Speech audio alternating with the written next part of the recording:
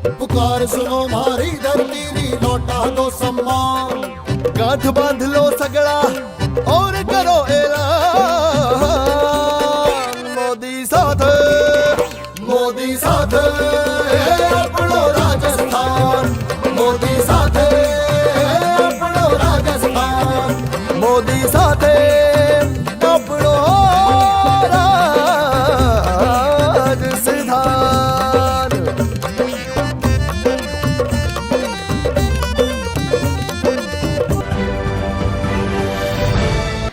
नमस्कार, न्यूज़ 19 में आपका स्वागत है। मैं नेहा। देश में कुछ लोग प्रधानमंत्री नरेंद्र मोदी का विरोध कर रहे हैं। कौन है आखिर ये लोग? जानते हैं नरेंद्र मोदी ने महिलाओं के लिए क्या किया। जी, नरेंद्र मोदी ने महिलाओं के लिए काफ़ी कार्य किए हैं और अभी हमारी जो सरकार है, नरेंद्र मोदी जी ने अभी जो महिलाओं को सैनिक में जो भर्ती दी है, महिला सैनिक में जो भर्ती दी है वो इन्होंने ही दी है।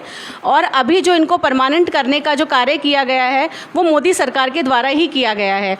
मेरा मानना है कि ये जो सरकार कर रही है महिला सैनिक के लिए, तो आप ये देखिए, पहले महिला सैनिक को 5 वर्ष तक ही रखा जाता था, उसके बाद वो नहीं रहते थे। उनकी पेंशन की जो व्यवस्था की गई है वो मोदी सरकार के द्वारा ही की गई है।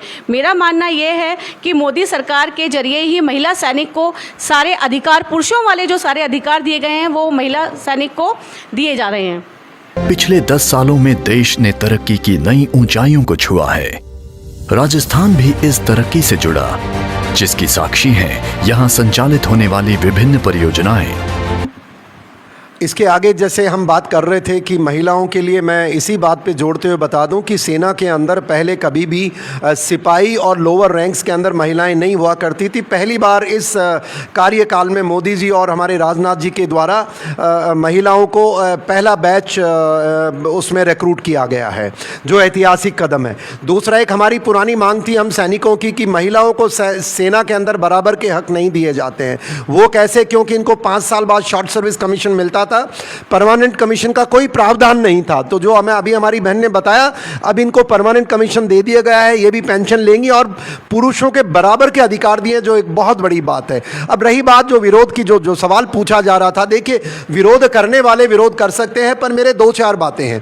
पहली बात, सैनिक के नाते कमियां हजार हो सकती हैं किसी भी सरकार में, किसी भी सरकार को करने वालों में, पर जहां तक इस मौजूदा सरकार का ताल्लुक है, मैं ये बता दूं, जब से 2014 से मोदी जी की सरकार आई है, हम सबको विदित है कि बड़े बड़े फैसले दिए गए हैं। जो सबसे बड़ा था कि टेररिज्म के लिए 0 टॉलरेंस।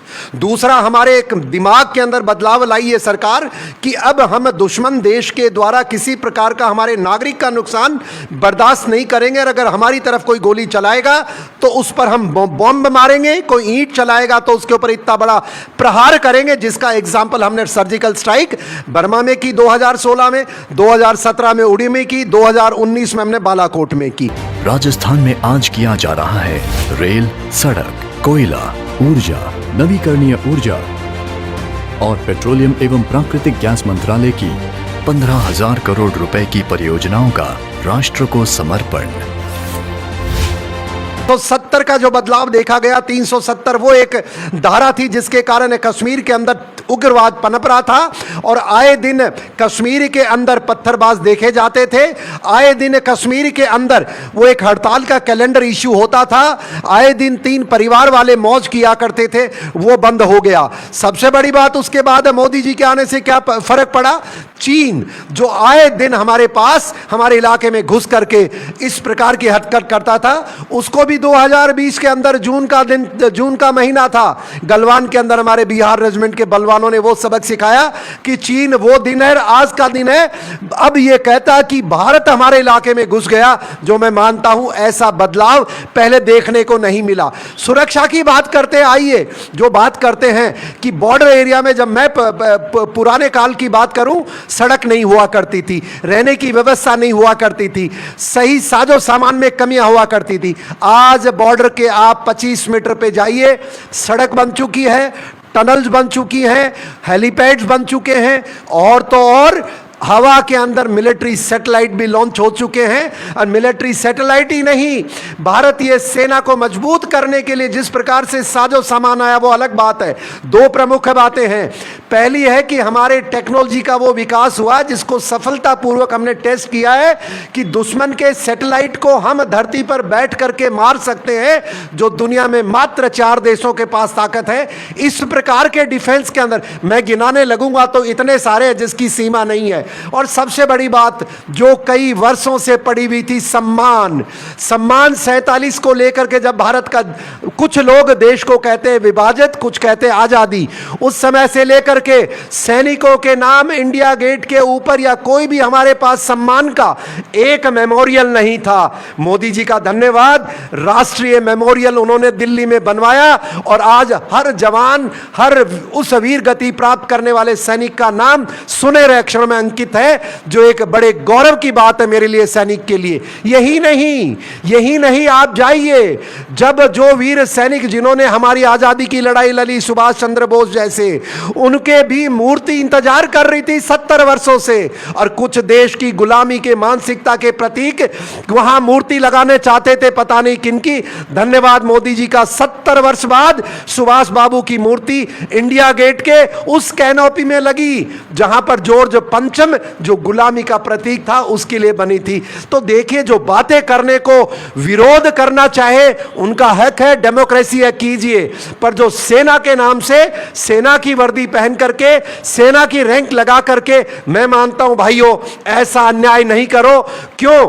हमारी नेगेटिव बातों से उस बॉर्डर पे बैठा, उस -40 डिग्री में लेह में बैठा, उस 50 डिग्री जैसलमेर में बैठा जवान, और उस समुद्र की गहराइयों में अंडमान निकोबार पे बैठा जवान, और उस बारिश के दौर में जहां पर कपड़े सूखते नहीं है, ईस्ट के अंदर चेरापूंजी में जाइए, ऐसी हरकत कर करके आप हमारे जवानों का मनोबल भी तोड़ रहे हैं और हमारे देश का मनोबल भी तोड़ने का काम कर रहे हैं। क्योंकि जब कोई ये कहता है कि मैं सैनिक हूं और वो कोई बात कहता है तो देश हमारी बात को ध्यानपूर्वक सुनता है। चुनाव आएंगे, चुनाव जाएंगे, प्रधानमंत्री आएंगे, प्रधानमंत्री जाएंगे, पर याद रखो, सैनिक के सम्मान में कोई चोट ना लगे। हम किसी सैनिक को स्पेशली ऐसा काम नहीं करना चाहिए। और अगर आप कोई पॉलिटिकल पार्टी में अपना व्यक्तिगत तौर पे काम कर रहे हैं, कृपया करो अपने आप को सैनिक मत लगाओ। आपकी छूट है, राजनीति खुले मैदान में करो। पर जिस देश के अंदर आज तिरंगे का इतना मान हो रहा है, यूक्रेन का युद्ध याद करो, रूस के अंदर हजारों की संख्या में हमारे बच्चे फंसे पड़े थे, आंखों में आंसू तड़प रहे थे, और तब यही सरकार एक बात कही कि तिरंगा लगा करके जो गाड़ी आएगी उसके ऊपर से कोई प्रहार नहीं होगा। और यूक्रेन से हर हमारा सैनिक वापस आया, बच्चा वापस आया, सिर्फ तिरंगे के सम्मान में। और क्या बात करते हो, सैनिक विरोधी बताते हो इस सरकार को।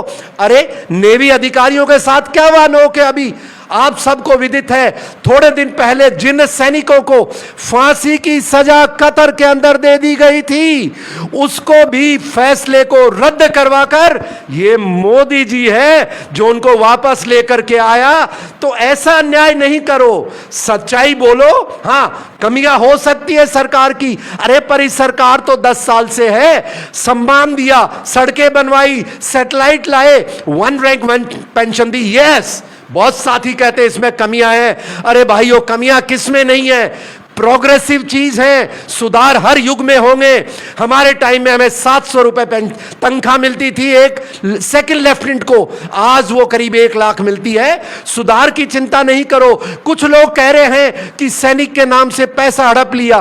क्यों भैया गलत बात कर रहे हो? कौन सा गबन कर लिया? अरे सेना को तो सारी चीजें मिल रही हैं, अग्निवीर अग्निवीर अग्निवीर। अग्निवीर की बात सीधी सी है, सेना देश की है, सेना को जो जरूरत है वो फौजी दिया जाना चाहिए। आपके चिल्लाने से नहीं, इसके बच्चे का क्या होगा, इसके पोते का क्या होगा। सेना एक सेवा का कार्य है। और रही बात उनके, अगर चिंता इतनी है, भैया देश में बहुत नौकरियां हैं, कर लो, कौन मना कर रहा है। सेना में आने की बात करते हो, जज्बे के साथ रखो, क्योंकि यहां कुर्बानी का इंतजार है, यहां तिरंगे में लिपट के आने के लिए हर युवा तैयार है, ऐसा मेरा मानना है। Thank you very much. और अभी इसी कड़ी में मैं एक हमारे एनसीसी साथी हैं, इनकी भी राय हमारे करतार सिंह जी से पूछेंगे, देखते हैं वो क्या बोलते हैं। कर्नल साहब, सबसे पहले मैं आपको बता दूं कि सवाल आपसे ही शुरुआत होगी, क्योंकि आपने अभी कहा कि प्रधानमंत्री जी आते हैं और चले जाते हैं, देश के नेता आते हैं और चले जाते हैं, लेकिन ये कौन लोग हैं, ये कौन भेड़िया है जो वर्दी की ओट में और प्रधानमंत्री जी पर आरोप लगा रहे हैं और उनके खिलाफ गलत टिप्पणियां कर रहे हैं। मैं जरा चैनल के माध्यम से आप ही से जानूंगा ये सवाल कि प्रधानमंत्री आते हैं और जाते हैं, लेकिन ये एक नरेंद्र मोदी प्रधानमंत्री ऐसा है जिन्होंने देश को वो दिया जो आप 20 साल से नहीं ले पाए, फिर भी उनके ऊपर आरोप, उनका विरोध प्रदर्शन, ये क्यों और कौन है ये लोग? करतार सिंह जी, आपका बहुत बहुत धन्यवाद कि आपने सवाल उठाया। मेरा सवाल ये था कि मोटे तौर पर देश के इतिहास में हम सब लोग आएंगे जाएंगे, ऐसा कुछ आपने सही कहा। जो मैं भी कह रहा हूं कि इस 10 वर्ष के दौर में जो हमारे बदलाव सेना ने देश के अंदर सम्मान के आए हैं, आपने बहुत सही सवाल को, ये कौन लोग हैं। अब मेरे को भी यही चिंता होती है। मैं एग्जाम्पल अब सेना से हट करके देना चाहूंगा आपको। देखिए, कुछ समय था जब देश के अंदर एक दिन भी ऐसा नहीं गुजरता था जब बॉम्ब ब्लास्ट नहीं होते थे। वो क्या था? दिल्ली, चेन्नई, मद्रास, कलकत्ता, बनारस, नाम लो, वहां बॉम्ब ब्लास्ट होते थे। कश्मीर का एग्जाम्पल बता दूं आपको, एक दिन नहीं निकलता था जब हड़ताल नहीं होती थी, एक दिन नहीं निकलता था जब हमारे सैनिक की कोई वहां पर वीर गति प्राप्त करने के बाद उनके कहीं हमारे को दिवंगत आत्मा के लिए हम खड़े नहीं होते थे। ऐसा तो ये फर्क किसको पड़ा है? ये उन गद्दारों को पड़ा है जो देश को कमजोर करना चाहते थे और 370 कहो, डिमोनेटाइजेशन कहो, सब देश का नाम ऊंचा करो, इकोनॉमी बड़ी करो, गरीबों के घर बनवाए और न्याय व्यवस्था की। क्योंकि अब गड़बड़ उनकी हो रही है, वो नैरेटिव है देश को कमजोर करने के। अब उनकी दाल रोटी नहीं चल रही है। जैसे कि कश्मीर में वो तीन पार्टियां थी जो राज करती थी 370 की, उनको तो तसल्ली होती नहीं थी। आज देखिए कश्मीर का क्या हाल है। थोड़े दिन पहले किसान आंदोलन का मैं सुनता रहता हूं। अरे भाई, किसान ऐसा हो सकता है क्या जो लाल किले पे जाके तिरंगे का अपमान करे? किसान वो हो सकता है क्या जो 70 लाख की ये आड़ती है साहब? ये वो लोग हैं जिनको मोदी जी के कारण दिक्कत आ रही है चोरी करने में, देश को कमजोर करने में। उनके परिवार का जो लाभ था वो खत्म हो गया। अब गरीब की सुनवाई होती है, सामान्य सैनिक नौकरी करता है और मां बेटियों को बराबर का हक।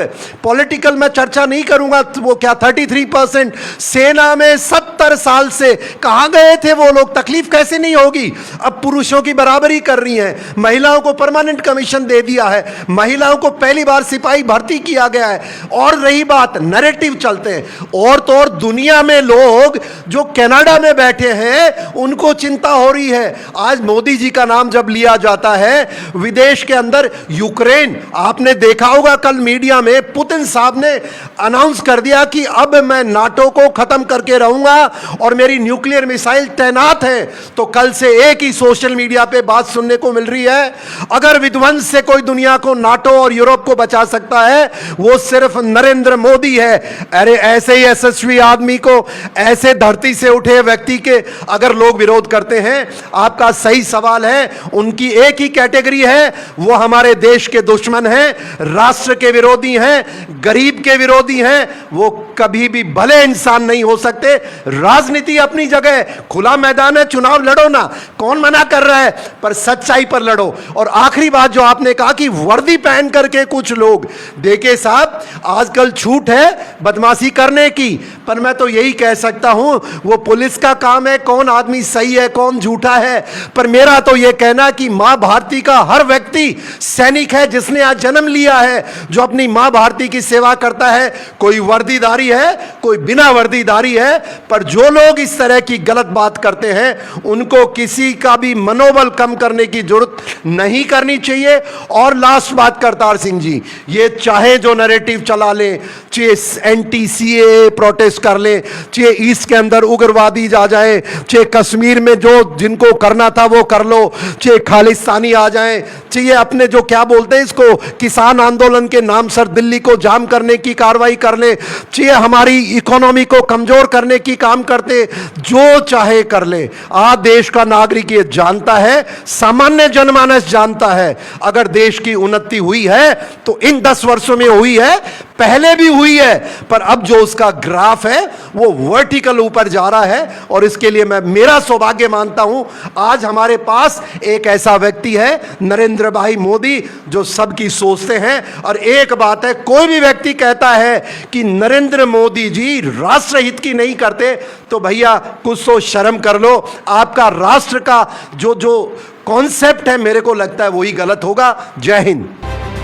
भगत की कोठी स्टेशन में स्लीपर वंदे भारत ट्रेन का अनुरक्षण कार्य, हनुमानगढ़ में train coaching depot, Agra fort Bandikui rail खंड का दोहरीकरण, खातीपुरा स्टेशन पर ट्रेन अनुरक्षण की सुविधा, बीकानेर में एनएलसी का 300 मेगावाट बरसिंगसर सौर ऊर्जा परियोजना। और इसी को ध्यान में रखते हुए हम अभी चर्चा करेंगे जो एनसीसी के अच्छे यानी पोस्ट पे भी है। लाल सिंह जी हमारे साथ अभी यहाँ न्यूज़ 19 के स्टूडियो में मौजूद है। लाल सिंह जी, आपका क्या कुछ मन का भाव और अभाव यानी जो देश के प्रधानमंत्री नरेंद्र मोदी जी है उनके प्रति क्या विचार है आपके? क्योंकि लोग तो बदनाम कर रहे हैं क्योंकि उनको पच नहीं रहा। उनमें कहो तो यानी आम जनता में भी कुछ लोग ऐसे आते हैं जिन्हें नहीं पच रहा क्योंकि वो राजनीतिक रोटी सेकते हैं। लेकिन आप किस नज़रिया से देखते हैं?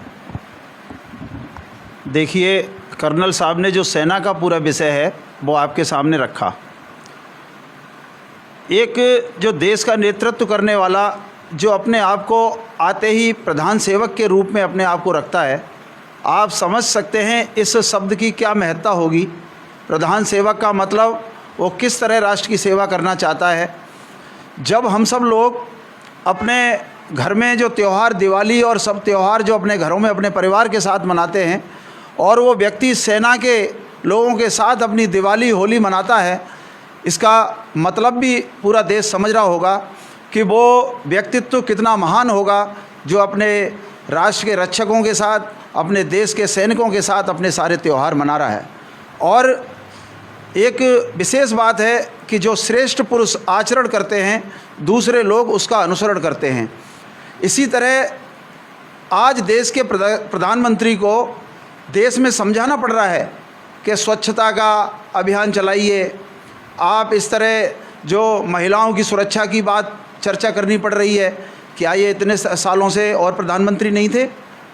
एक निश्चित रूप से ये बहुत ही श्रेष्ठ पुरुष हैं और हमारे देश के लिए और हमारी सेना के लिए और हमारे सभी जो एक अंत्योदय की बात आती है, समाज की अंतिम पंक्ति में बैठे व्यक्ति के लिए जो एक व्यक्ति सोच सकता है, वो ऐसे प्रधानमंत्री जी।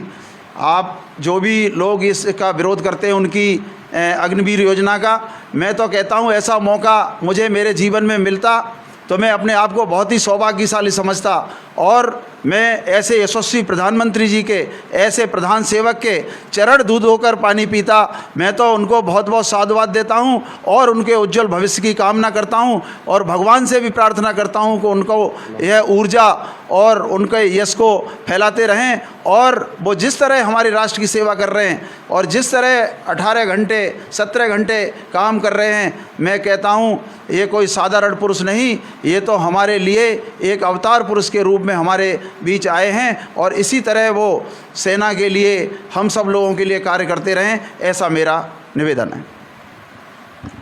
और इसी बीच कमांडो मुकेश गुजर भी हमारे साथ है। और मुकेश जी का कुछ कमांडो आप समझते हैं कि फौजियों का जो खून उबलता हुआ है और उसी को देखते हुए उन पे यानी सहन नहीं हो रहा। अभी भी मेरे जो एंकर साथी पुलकित जी के साथ भी उनकी चर्चा हुई थी तो उनका कहना था कि कुछ भेड़िया वर्दी के पीछे छिपे हुए होते हैं। लेकिन मैं उन्हीं मुकेश कमांडो जी से पूछना चाहूँगा कि आखिरकार ये वर्दी उनको मिलती कहाँ से? क्या उनके खिलाफ कोई कानूनी कार्रवाई नरेंद्र मोदी जी क्यों नहीं कर पाते हैं? क्या वजह है इसकी और कहाँ से ये बात की शुरुआत हुई? कमांडो साहब जी, करतार जी, आपका बहुत बहुत धन्यवाद जो कि आपने मेरे को इस बारे में और इस विषय में बोलने का मौका दिया। मैं सभी देशवासियों से कहना चाहता हूं कि मैं एक सैनिक हूं और सैनिक होने के नाते सभी को एक बात का मैं खुले विस्तार से बता देना चाहता हूं कि यहाँ के जो लोग हैं वो सेना के बारे में जो राजनीति करते हैं या अग्निवीर के बारे में राजनीति करते हैं, कोई भी पार्टी हो, कोई भी संगठन हो, मैं उसको ये नहीं बोलना चाहता कौन संगठन है, लेकिन मैं खुले मंच से और खुले विचार से कह देना चाहता हूँ कि यहाँ जो लोग पार्टियों की और राजनीति क्रांतियों की बात करते हैं, इन लोगों को क्या पता, उस सैनिक को पता है, उस इंसान को पता है जो माइनस डिग्री के अंदर रह के और देश सेवा करता है। वहाँ उन अधिकारियों को पता है, उन जवानों को पता है कि सेना की नौकरी कितने दिन की होनी चाहिए, कितने साल की होनी चाहिए, और कौन सैनिक सेना के लिए सुरक्षित रख सकता है, देश के लिए कौन लड़ाई लड़ सकता है। तो मैं करतार जी फिर से मैं बताना चाहता हूं कि सैनिक के लिए राजनीति करना बहुत अच्छी बात है, करिए, राजनीति करना कोई बड़ी बात नहीं है, कोई बुरी बात नहीं है, लेकिन जरा सैनिकों को इसमें शामिल ना करें। क्योंकि सैनिक की वर्दी के बारे में जो बोल रहे थे, वर्दी किस्मत वाले को मिलती है। एक सैनिक के लिए जो वर्दी मिलती है, देश की रक्षा के लिए जो वर्दी मिलती है, वो बड़े सौभाग्यशाली इंसान को मिलती है। लेकिन मैं बता देना चाहता हूं कि जो लोग जिस वर्दी की आड़ में या राजनीति करते हैं, उनसे मैं हाथ जोड़कर विनम्र निवेदन करता हूं कि जरा साइड पकड़िए। और जो इंसान आज की तारीख में 24 घंटे में से 18 से 20 घंटे काम करता है, मैं इस देशवासियों से पूछना चाहता हूं कि इस धरती पर ऐसा कौन इंसान है जो अपने बच्चों के लिए या अपने खुद के लिए 24 घंटे में से 18 से 20 घंटे काम करता होता है। वो कोई इंसान नहीं है, वो इंसान है तो नरेंद्र मोदी जी हैं। तो ऐसा है देशवासियों, इसके लिए जोरदार तालियों से स्वागत किया जाए। और जो भी सेना के अंदर निर्णय लिए जाते हैं, वहां पर हर डिपार्टमेंट के अंदर हर लोग अधिकारी होते हैं, वो अपना एक संगठित समिति बनाते हैं और उस समितियों के साथ साथ में अपना एक विचार विमर्श करते हैं कि कैसे इस काम को सुचारू रूप से आगे बढ़ाया जाए। तो जो भी देश के नागरिक हैं वो इस पर चर्चा ना करें। और आज समय की मांग है, आज समय की मांग है दोस्तों, सभी देशवासियों, समय की मांग है कि आज अग्निवीर की जरूरत है। और जो अग्निवीर की मांग है वो आज से हमारे देश में कोई नई बात नहीं है, जो विदेशों में पहले से चली आ रही है। ऐसा कोई देश नहीं है जो आज विकासशील देश है, उनके अंदर उनकी सेनाएं 4-4 साल 5-5 साल की हैं और वो इसी तरीके से कार्य करती हैं। तो सेना को और कैसे काम किया जाएगा और देश को कैसे आगे बढ़ाया जाएगा, ये हमारे नरेंद्र मोदी जी भली भांति जानते हैं। और वो खुद के लिए नहीं काम कर रहे हैं, हमारे सभी देशवासियों के लिए काम कर रहे हैं। तो मैं ऐसे यशस्वी प्रधानमंत्री जी को बार बार धन्यवाद करता हूं। और अगर मेरी जरूरत पड़ती है तो मैं आज रिटायरमेंट होने के बाद में भी इस मंच के माध्यम से ऐलान करता हूं कि अगर मेरे को दोबारा से सेना में नौकरी करने का मौका मिले तो मैं निस्वार्थ सेवा कर सकता हूं, ऐसे प्रधानमंत्री जी की कमांड के अंदर। धन्यवाद साहब। कमांडो साहब, अच्छे विचार थे आपके, लेकिन यहीं पर मैं आपको कहूँगा कि आप दोबारा नौकरी करने की जो बात कह रहे हैं, बिल्कुल आप सही कह रहे हैं। देश के प्रति और देश के हित में आज आप भी यानी स्वार्थ यानी नौकरी करना चाहते हैं। लेकिन इसी के साथ हमारे साथ कुमाऊत जी है जो कि गुलाबी नगरी जयपुर से आते हैं। और कुमाऊत साहब, आपको पता है कि 500 साल पुराने यानी 500 वर्ष पुराने हमारे जो रामलला जो तंबू में थे उनको वापस घर प्रवेश करवाना और धारा 370 जैसे हटाना, ऐसे जो यशस्वी जो प्रधानमंत्री नरेंद्र मोदी जी है उनके खिलाफ अगर लोग टिप्पणी करते हैं या कोई आक्रोश पैदा करते हैं तो उनके बारे में आप क्या कुछ जनता के सामने अपना विचार रखेंगे?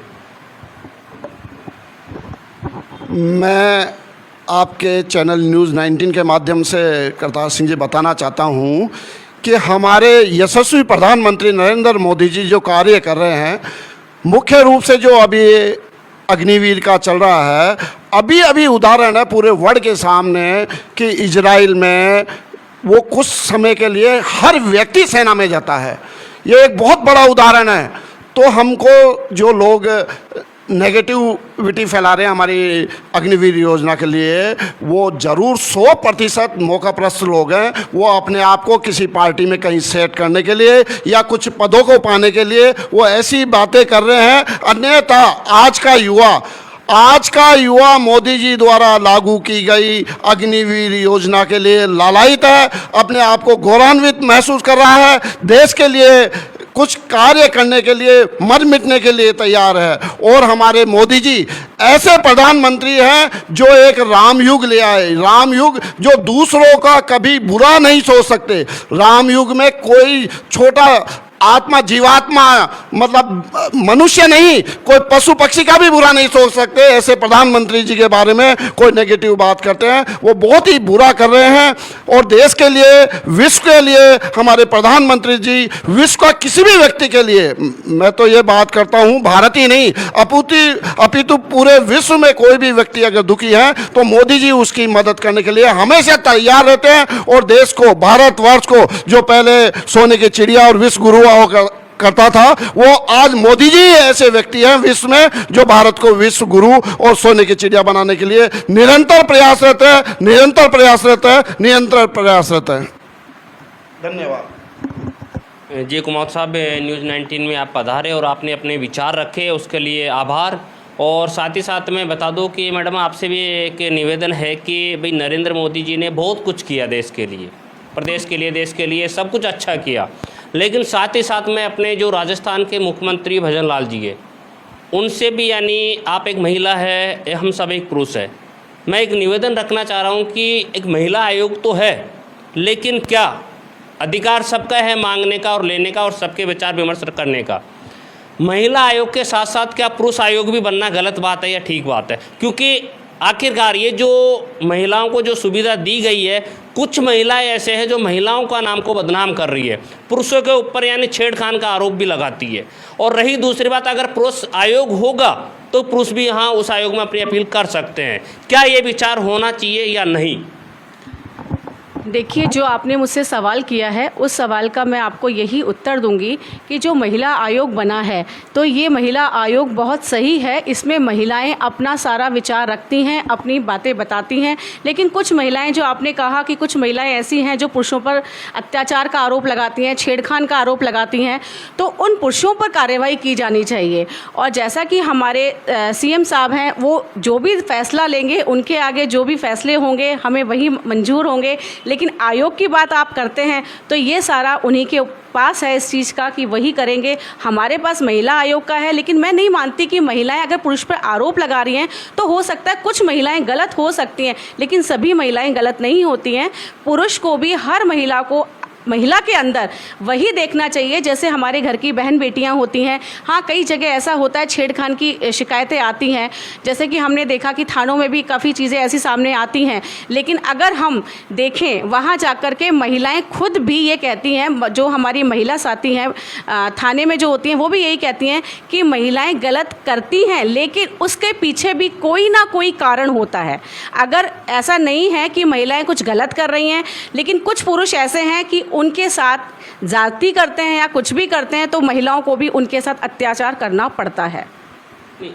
इसी को लेकर मैडम मेरा जो सवाल था शायद उस सवाल को आप समझ नहीं पाई। मैं सिर्फ पुरुष आयोग की बात कर रहा हूँ कि महिलाओं को जो सुविधा दी गई है तो उसका अधिकार पुरुष को भी मिलना चाहिए। क्योंकि पुरुष आयोग होना इसलिए ज़रूरी है कि आज की जो जो पीढ़ी है, युवा पीढ़ी है, जो पढ़ लिख कर यानी माँ बाप अपना घर, ज़मीन, जायदाद सब बेच देते हैं अपने बच्चों को पढ़ाने के लिए, और वो पढ़कर कुछ आगे बढ़ना चाहता है। उसी से पहले अगर गांव में जो कोई विवाद हो जाता है तो सबसे पहले उस युवा जो आगे बढ़ रहा है उस पर महिलाओं द्वारा मुकदमा दर्ज करवा दिया जाता है। यानी कि कहीं न कहीं इसे यानी जो नियम कानून है या महिला आयोग है, इसका यानी दुरुपयोग हो रहा है। मैं आपको बता दूं कि 4 जो बच्चे हो जाते हैं, मैं चैनल के माध्यम से बता रहा हूं, कम से कम 2 से 2.5 हज़ार आदमी देख रहे हैं, इसलिए इस लाइव को मैं देख के आया हूं। अभी 2200 लोग जुड़े हुए हैं। लेकिन दूसरी बात मैं आपको बता दूं कि 4 बच्चे यानी होने के बाद, यानी उनके बहू आने के बाद भी यानी वो जो महिला है उन पर यानी दहेज का आरोप दर्ज करवाती है, यानी कि दहेज का मुकदमा। अरे भाई, मैं कहना चाह रहा हूँ, मेरे पास महिला भी जुड़ी हुई है, पुरुष भी साथ में है, कि 4 बच्चे जब तक हो गए तब तक किसी ने दहेज नहीं मांगा। आखिरकार ये दहेज के बीच में बात आई कहाँ से? क्या ये दुरुपयोग नहीं है कानून का? जी बिल्कुल दुरुपयोग है। पुरुषों को भी अपनी बात रखने का बिल्कुल दुरुपयोग है। पुरुषों को भी अपनी बात रखने का पूरा अधिकार है। और मेरा मानना ये है कि ये जो आप आयोग की बात कर रहे हैं, आयोग बनना चाहिए, लेकिन पुरुषों के लिए ये है कि पुरुषों की भी सारी बातें सुनी जाएं, साथ में महिलाओं की भी बातें सुनी जाएं। महिलाओं के लिए ये आयोग बना है, महिलाएं अपनी सारी बात रख सकती हैं, लेकिन पूरी तरह से जो अच्छे पुरुष हैं, जो हमारे युग पुरुष हैं, जो अच्छा काम कर रहे हैं, महिलाओं के लिए काम कर रहे हैं, तो उनकी भी सारी बातें रखनी चाहिए। बिल्कुल मैडम, बहुत बहुत धन्यवाद कि हमने जो अग्निवीर मुद्दे को लेते हुए भी हमने एक जो राजस्थान में जो लगातार ये गतिविधियाँ चल रही है उनकी भी हमने चर्चा की है। और मैं आपको बता दूं कि सेना में अच्छे पद पर कार्य करते हुए कर्नल देवानंद गुर्जर साहब भी हमारे साथ हैं। इन्होंने 2 लाइव अभी कर चुके हैं न्यूज़ 19 में, लेकिन मैं कर्नल साहब के पास फिर से जाना चाहूँगा कि कर्नल साहब आखिरकार फौज से जो रिटायरमेंट होकर आते हैं कि उनके लिए क्या कुछ नरेंद्र मोदी जी ने सुविधा दी है और क्या कुछ आप मांगे रखते हैं, क्योंकि आप लगातार फेसबुक पेज से भी जुड़े रहते हैं। अक्सर मैं हर एक चैनल पर डिबेट में आपको देखता रहता हूं और आपकी मांगे कहीं मानी भी जाती है, अगर नहीं भी मानी जाती है तो आप अपने तरीके से मना लेते हैं। तो आखिरकार और क्या कुछ मांगे हैं आपकी फौजियों के हक में? करतार जी बहुत बहुत धन्यवाद, क्योंकि मैं मानता हूं मेरी पूरी चर्चा के अंदर ये एक ऐसा मुद्दा है जो व्यक्तिगत तौर पे समस्या से जुड़ा है। और जब किसी भी व्यक्ति की, राष्ट्र की तो चिंता हम सब करते हैं, बट जहां घूम फिर के शाम को रोटी की बात आती है तो वो कहते हैं कि उन चीज़ों पे भी ध्यान देना चाहिए। देखिए, सैनिकों के लिए मैं देख रहा हूँ कि 3-4 मुद्दे हैं। पहले तो जो सेना के अंदर सैनिक हैं उनकी चर्चा मैं हमारे सेना पे छोड़ता हूँ, वो बात रखेगी, पूरी करेगी। पर जो भूतपूर्व सैनिक हैं उनके लिए जो मुद्दे हैं उनकी चर्चा करना चाहूँगा। पर सेना का एक मुद्दा है, देखिए 1 रैंक 1 पेंशन को लेकर के जिस प्रकार से चर्चाएं चल रही हैं, अब कहीं न कहीं उसके अंदर सुधार की गुंजाइश है, जो मैं मानता हूं सरकार कर रही होगी। और बहुत सारे हमारे सैनिक हैं जो उस बात को उठाते रहते हैं, तो मैं तो आग्रह ही कर सकता हूं, क्योंकि मैं उस विषय के अंदर इतना मैं कभी उस तरीके से नहीं जुड़ा हूं जिसका मुझे अध्ययन मैंने नहीं किया है। पर कहीं न कहीं कमी है, उस पर ध्यान देना चाहिए, क्योंकि हर सैनिक तो वैसे भी चाहता है देश के साथ खड़ा हो। तो 1 रैंक 1 पेंशन का एक NFU, नॉन फंक्शनल अपग्रेडेशन। अब क्या होता है साहब, देखिए कि सेना एक ऐसी चीज़ है, मैं प्रधानमंत्री महोदय से भी आग्रह करूंगा, और वो अच्छी भली भांति जानते हैं, जब इतनी चिंता करते हैं राष्ट्र की सुरक्षा की, सैनिकों की, गरीब की, जन कल्याण की, महिलाओं की, बच्चों की, तो ये मुद्दा मैं आप तक पहुंचाना चाहता हूं कि देखिए, जब सैनिक, कोई भी सैनिक है, नौकरी कर रहा है, वो किन परिस्थिति में कर रहा है वो इट्स ओके, पर अगर कोई कारणवश अगर उसकी मौत हो जाती है बिना पेंशन की नौकरी किए हुए, ऑपरेशनल डेथ होती है, तो क्या होता है कि उसको पूरा मान सम्मान मिलता है। पर मानिए कि इतनी बड़ी संख्या है जहां करीब 15 लाख के आसपास सैनिक हैं और अर्ध सैनिक बल भी हैं, तो उनकी एक्सीडेंट है, नेचुरल डेथ है, बहुत चीज़ें होती हैं, तो उस वीर नारी के जीवन के कोई चारा नहीं बचता है। जबकि बाहर किसी भी नौकरी के अंदर कोई भी व्यक्ति की मौत होती है तो उसके लिए उसका डिपार्टमेंट एक नौकरी की व्यवस्था करता है, उसकी धर्मपत्नी जो अब जीवित हैं उनके लिए। तो सेना के अंदर ऐसी चूक हो रखी है 75 साल से, अब मुझे नहीं पता किन कारणों से हुई। तो मोदी जी ज़रा इसको आप ज़रूर संज्ञान लें, क्योंकि मुझे चिंता एक वीर सैनिक की नहीं है, भूतपूर्व सैनिक की, उस वीर नारी की है जिसने अपना पति सेना में खो दिया और आज बेचारी घर घर की ठोकरें खा रही है। तो देश भी मेरे साथ होगा और मुझे पूरी उम्मीद है मोदी जी के पास ये आज बात पहुंचेगी चैनल 19 के मार्फत, और 1-2 दिन के अंदर इसके ऊपर फैसला आ जाएगा, जिससे पहले कि हमारी वो क्या लगे, आचार संहिता लगे।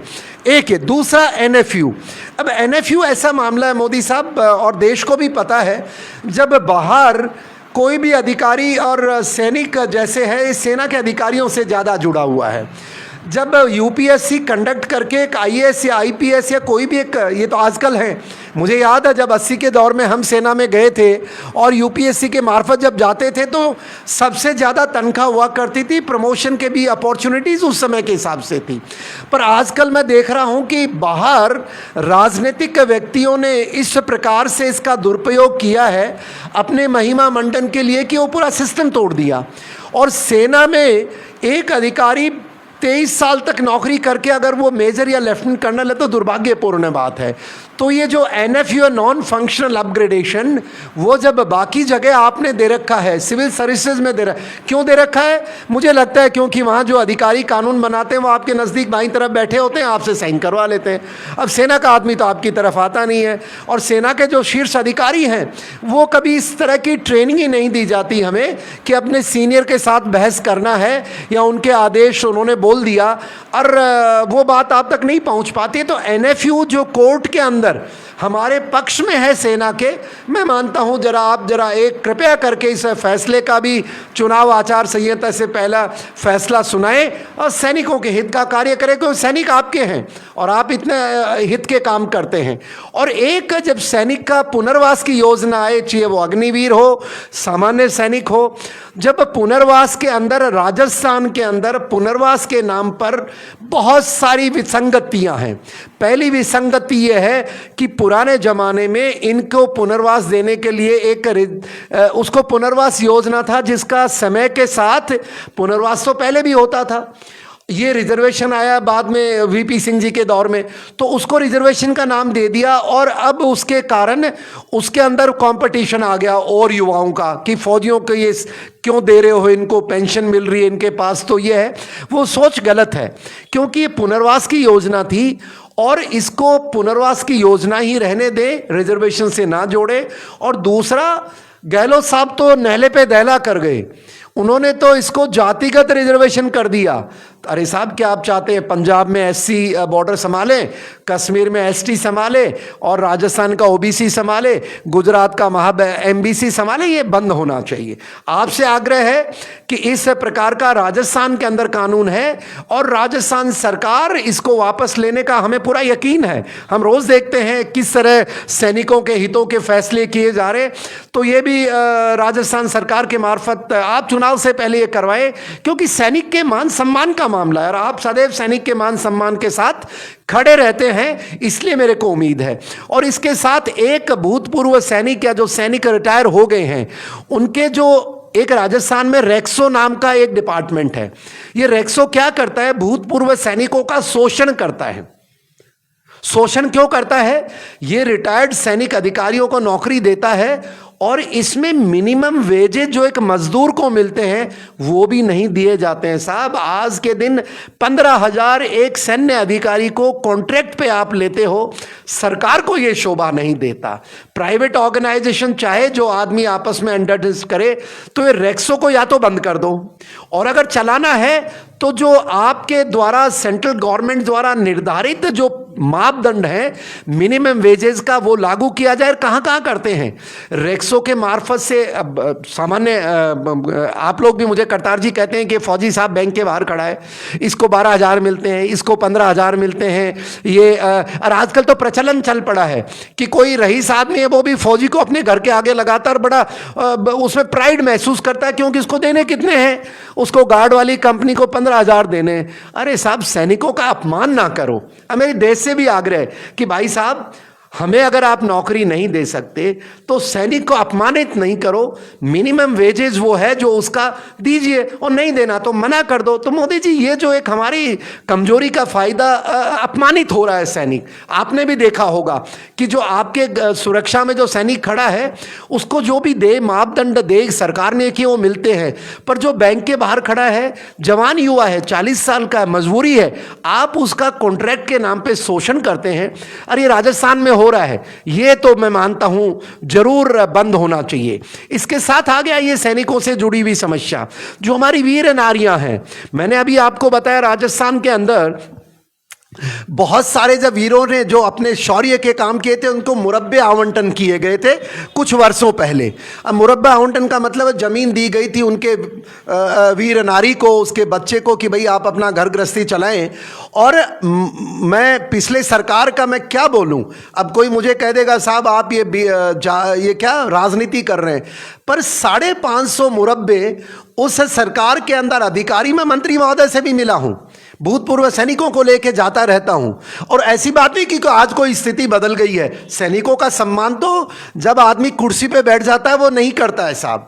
वो 500 मुरब्बों में से करीब 150 आज भी गलत लोग कब्जा करके बैठे हैं। कोई जैसलमेर के आपके कोई एमएलए साहब थे, मुझे याद नहीं कौन थे, उन्होंने तो ये तक आदेश किया था कि रातों रात जमीन मेरे को अपने उन साथियों के नाम करवा ली उन्होंने। और सैनिक आज भी भटक रहे हैं साहब। सैनिक है ही नहीं, वो वीर नारी है। वो बेचारी कहाँ से जैसलमेर जाएगी। तो कृपया करके मोदी साहब जो भी अपना यहाँ तंत्र है, क्योंकि मैं तो इतना बड़ा हूँ नहीं, मैं तो किसी ऑफिस के बाहर जाऊँगा तो लोग हमें कर्नल साहब कह के तो इज्जत तो दे देंगे, जब काम की बारी आएगी तो जो फौजी बैठा है ना वही कहेगा कि यार ये क्या सर खाने आ गया। तो ये इस तरह की विसंगतियाँ हैं, तो ये मुरब्बे उनको मिलने चाहिए राजस्थान के अंदर। और देश के लेवल के ऊपर भी जैसे मैंने कहा कि जो अनुकंपा नौकरी, वीर नारी की देखभाल, और एक सबसे बड़ा है कि अब सैनिक जो हमारा जब भी रिटायर होता है तो ये पुराना प्रचलन है, प्रथा है। आज भी जब आप देश के अंदर गरीब आदमी को कुछ फैसिलिटी दे रहे हैं दवाई पानी की, जो मैं बहुत बड़ा प्रशंसक हूँ कि आपने गरीब की देखभाल की, मजलूम की, हाउसलेस की, वुमेन की। अब सैनिक जब रिटायर हो जाता है, पहले तो क्या था कि सेना के अंदर जो अस्पताल में जाते थे हम इलाज करा लेते थे। आजकल एक अब सेना के कारण हुआ होगा, मैं उस पर वो कुरेद नहीं रहा हूं कि क्यों फैसला किया। आज के दिन ECHS एक नाम की सेवा है, ex serviceman contributory health scheme, और जिसमें हमने हमारे थोड़ा बहुत आप पैसा लेते हैं और उसके बाद आजीवन काल दवाई देने का प्रचलन शुरू किया। ये विचार अच्छा था, पर अब देखिए सवाल ये है कि आपके पास तो रोज़ कोई आ नहीं सकता, और जो शीर्ष अधिकारी है उनको वैसे भी दिक्कत नहीं है। मैं मेरी बात बता दूं, मैं अगर कोई बड़ी बीमारी भगवान ना करे, छोटी मोटी है तो मैं जाता ही नहीं हूँ, खुद तंग रहता हूँ, क्योंकि कौन जाए कौन वहाँ जाए। उसमें सबसे बड़ी बात है जब दवाई लिख भी देता है डॉक्टर, उनके पास पैसा ही नहीं है। अब मेरे जो सेना के अधिकारी हैं, मैं व्यक्तिगत तौर पे परिचित हूँ, हमारे साथी हैं सेना के काल में, वो अब ये भी नहीं कह सकते पैसा नहीं है, क्योंकि उनको साहब डर है, नौकरी करनी है अभी, और ये कह दें कि पैसा है तो दवाई नहीं है। तो कि ये मामला ये कि दवाई के नाम पे जो भूतपूर्व सैनिक का शोषण हो रहा है, उसके प्रताड़ित हो रहा है। या तो ये बंद करो कि आप हमें दवाई देते और वो कार्ड लाओ और ये लाओ, और जैसे पहले था सेना के हॉस्पिटल में हमारा इलाज होता था वैसे होने दो ना। आप जो डॉक्टर यहाँ लगा रहे हैं वहीं लगा दो, उसी हॉस्पिटल में एक साइड में दूसरी तरफ वार्ड लगा दो। अगर हम भूतपूर्व सैनिक अब सेना के काम के नहीं रहे तो ऐसा नहीं करो। इनकी दवाई की बहुत बड़ी गंभीर समस्या है। मैं जयपुर का एग्जाम्पल दे दूं, अधिकारी क्या करेगा, जो ECHS के अधिकारी हैं या हमारे जो कमांडर साहब क्या करेंगे जब पैसा ही बजट में नहीं है। दवाइयों के दिल्ली से आदेश आते हैं, ये दवाई खरीदी जाएंगी, ये नहीं खरीदी जाएंगी। अब झुंझुनू से कोई जयपुर दवाई के लिए आता है, आप सोचिए वो एक बुढ़ा आदमी है, और जब आकर के यहाँ जब करता है तो वो उसको दवाई लिखवाता, दवाई के बाद कहता है ये दवाई नहीं मिलेगी। तो ये बहुत बड़ी गंभीर समस्या है। और एक समस्या और है भूतपूर्व सैनिकों की। अब करतार जी ने मौका दिया तो मेरे को भी यादें आ रही हैं, क्योंकि मैं ज़मीन पे जाता रहता हूँ और मैं सामाजिक जीवन में हूँ मोदी जी, इसलिए मैं काम करता हूँ। एक बड़ी जो भूतपूर्व सैनिकों से जुड़ी हुई समस्या है, जैसे दवाई की मैंने आपको बताई, मैं भूल गया, आई एम सो सॉरी। चलिए मैं मानता हूं ये समस्या है, मैंने बहुत सारी गिना दी सैनिकों से जुड़ी हुई। और एक यहाँ डिपार्टमेंट है भूतपूर्व सैनिकों का, एक सैनिक कल्याण विभाग है। उस सैनिक कल्याण विभाग को मैं सरकारों को दोष नहीं दे रहा हूं, न मैं अधिकारियों को दे रहा हूं, पर एक गड़बड़ है साहब। गड़बड़ यह कि देश में जब तक नौकरी नहीं मिलती तो नौकरी के लिए आदमी प्रयास करता है, जब नौकरी मिल जाती है तो समाज के लिए अब देखिए ना, अब ये जिला सैनिक कल्याण ऑफिसेज हैं, इसके अंदर किस तरह से जगह की कमी है। राजस्थान इतना पुराना स्टेट है, और मैं तो कहता हूं मोदी जी ये सेंटर के अंडर क्यों नहीं लेते आप? ऐसी कौन सी, आप एक तरफ तो कहते हैं पैसे की कमी नहीं है, हिंदुस्तान का कलेक्शन करोड़ों में हो रहा है, तो क्यों न सेंट्रल तरीके से सैनिक कल्याण अधिकारी बैठाया जाए और एक बिल्डिंग के अंदर उनका ECHS भी हो जाए, उनका जो एक सभागार भी हो जाए, उनका अधिकारी भी बैठ जाए, और उनका वो जो रेस्ट रूम होता है, जो गेस्ट रूम जो ऑथराइज होते हैं, वो एक दीवार के अंदर क्यों नहीं हर राजधानी के अंदर हो जाए। क्योंकि सैनिक जब ये रिटायरमेंट बाद आते हैं तो बहुत बड़ी समस्या होती है।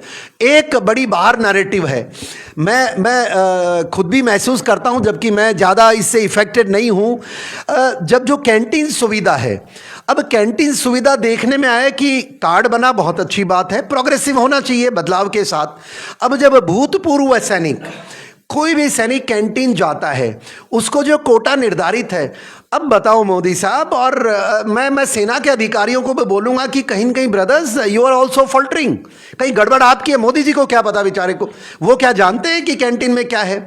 अब आप लोग कहते हैं रेजर 2 मिलते थे, अब 1 मिलेगा। अरे भाई, किसी को रोज दाढ़ी काटनी, आपको क्या दिक्कत है। कुछ जवान बोल रहे थे मुझे कि साहब साबुन लेने जाओ, मैं 10 की जगह मेरे को कहते हैं तू 8 ही ले ले। अरे भाई, आपको दिक्कत क्या है। क्यों? क्योंकि कोई सिविलियन कहते हैं। दारू के ऊपर लोग कहते हैं फौजियों के मजे लगे हुए। अरे भैया, सिविलियन भाइयों, देखिए मजे लगे हैं, पर अब कोई व्यवस्था है। आपको भी तो पहले तो फौजियों के बराबर तनख्वाही नहीं मिलती थी किसी को। मुझे याद है 80 के दशक में सबसे ज़्यादा पे अगर मिलती थी तो सैनिकों को मिलती थी।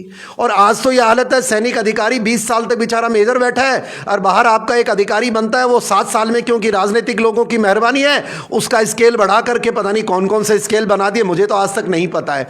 तो जो कैंटीन की सुविधा है उसमें भी आपने रोक टोक लगा रखी है। 5 साबुन नहीं देंगे, 1 घी का डब्बा नहीं देंगे। मैं खुद एग्जांपल देता हूँ। एक दिन कोई मैंने टूथ ब्रश खरीदा कुछ, तो मैंने कहा यार आज 4 महीने बाद मौका मिला है, 7-8 ले लिए एक साथ, बीवी है, बच्चे हैं, 2-4 घर में गेस्ट भी आते हैं।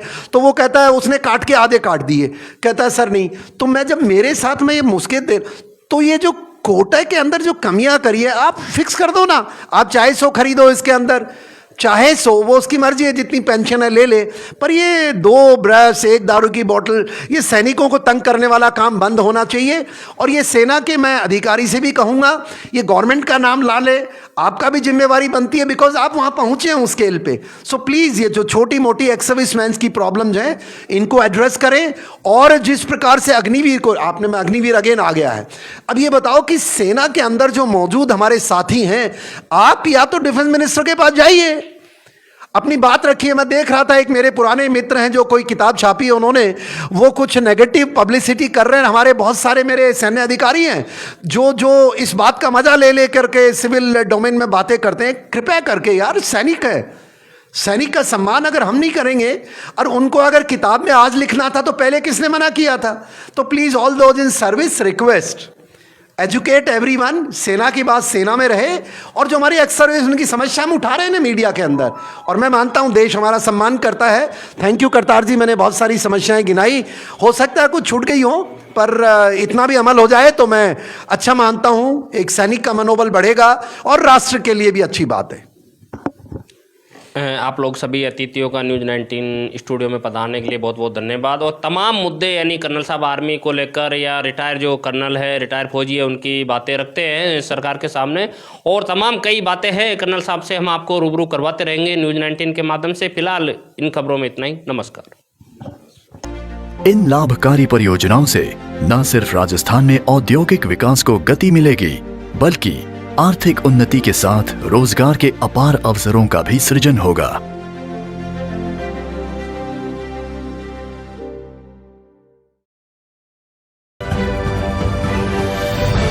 नमस्कार, न्यूज़ 19 देख रहे हैं आप, और मैं हूं आपके साथ पुलकित सक्सेना। लोकसभा चुनाव 2024 में अब कुछ ही दिन बाकी हैं, लेकिन इसी बीच प्रधानमंत्री नरेंद्र मोदी का विरोध जगह जगह पर देखने को मिल रहा है। आज हम बात करने वाले हैं उस योजना के बारे में जिसको लेकर के पूरे देश के अंदर सबसे ज्यादा बवाल मचा हुआ है। उस योजना का नाम है अग्निवीर योजना, जिसमें मोदी का विरोध देखने को मिला। आखिरकार सेना के जवान ही इस बारे में सबसे ज्यादा सही तरीके से बता सकते हैं कि आखिरकार अग्निवीर योजना, उसका विरोध क्या सही है या गलत है। तो इसी को लेकर के आज हमारे साथ में स्टूडियो के अंदर चर्चा करने के लिए सेना के कुछ जवान मौजूद हैं। तो कर्नल साहब, आपका स्वागत है। कर्नल साहब, सबसे पहले मेरा मुद्दा यही है कि आज के टाइम पे लोकसभा चुनाव कुछ ही दिन बाकी हैं, लेकिन मोदी सरकार का विरोध हो रहा है। तो क्या मोदी सरकार वापस आएगी, या फिर ये जो अग्निवीर योजना है, इस योजना को लेकर के क्या कुछ आपका कहना है? जी, मैं बिल्कुल। सबसे पहले तो मैं आपको ये बताना चाहूँगा कि देखिए, जिस प्रकार से हिंदुस्तान के अंदर चुनाव आ रहे हैं, और इसको लेकर के एक, ये आप सही कह रहे हैं कि मोदी विरोध की एक कोई नैरेटिव गढ़ा जा रहा है। अब इसके बाकी डिटेल तथ्यों में मैं नहीं जाना चाहूँगा, पर क्योंकि आपने खुद ने कहा कि सेना का नाम लेकर के बहुत सारे कुछ सैनिक हैं, कुछ गैर सैनिक हैं, और कुछ सैनिक की वर्दी में भेड़िए भी हो सकते हैं। जो ये नैरेटिव चलाने की कोशिश कर रहे हैं कि सेना के साथ गलत किया है मोदी जी ने, और शायद यही आपका प्रश्न था, मैं समझना चाहूँगा। तो मैं यहाँ सबसे पहले आपने अग्निवीर का नाम लिया, मैं बताना चाहूँगा, देखिए मैं भूतपूर्व सैनिक होने के नाते, और हम सैनिक बैठे हैं, आप किन्हीं से भी चर्चा करेंगे। सबसे बड़ी बात यह है कि ये आपके चैनल का आभार जताना चाहूँगा न्यूज़ 19 का, कि आपने हमें इस मुद्दे की गहराई को समझते हुए आमंत्रित किया और हम हमारे विचार रख पा रहे हैं। जहाँ तक मोदी जी का सवाल है, देखिए मोदी जी का विरोध आजकल क्या, पिछले मैं तो 10 साल से जब से उन्हें देख रहा हूँ, चुनाव के पहले उनके जो विपक्ष या जो उनके विरोधी हैं वो हर बार कुछ ऐसी घटनाएं करते हैं जिनसे उन्हीं को खामियाजा भुगतना पड़ता है। अब देखिए, मैंने देखा, आपने भी सही कहा कि कल कुछ कांग्रेस के हेडक्वार्टर्स में कुछ सेना के अधिकारी, बड़े अधिकारी भी थे और बाकी लोग बाग भी थे, जो वो चर्चा कर रहे थे कि मोदी जी करप्ट है, मोदी जी ने कुछ गबन किया है, ट्वीट भी किया था समथिंग। मैं देख रहा, मैं सबसे आग्रह करूंगा, देखो देशवासियों, किसी भी बोलने वाले का सबका अपना अपना अधिकार है, स्वतंत्रता, जो चाहे सो बोले। पर मैं एक चीज बता दूं आपको, अरे भाई कहां बुरा किया है? क्या देश ये चाहता है कि सेना के जवानों को 1 रैंक 1 पेंशन का जो एक शुरुआत की और उसके लिए उपयुक्त बजट दिया, तो क्या वो बंद हो जाना चाहिए? आपसे देश जवाब दे, नंबर 1। नंबर 2, सेना के अंदर जवानों से जुड़ी हुई समस्याओं को मैं चाहूँगा, मेरे बाद में हमारे जो एनसीसी मेरे दूसरे साथी भी बताएंगे कि किस प्रकार मोदी जी सैनिकों के बीच में जाते हैं, वो इनके लिए करूँगा मैं। और सैनिकों के लिए जो कई सैकड़, मैं कहूँगा उनको 70 वर्ष से बचा हुआ था, नेशनल वॉर मेमोरियल का उद्घाटन किया, तो क्या मोदी जी को नहीं करना चाहिए? तो विरोध किस बात का है?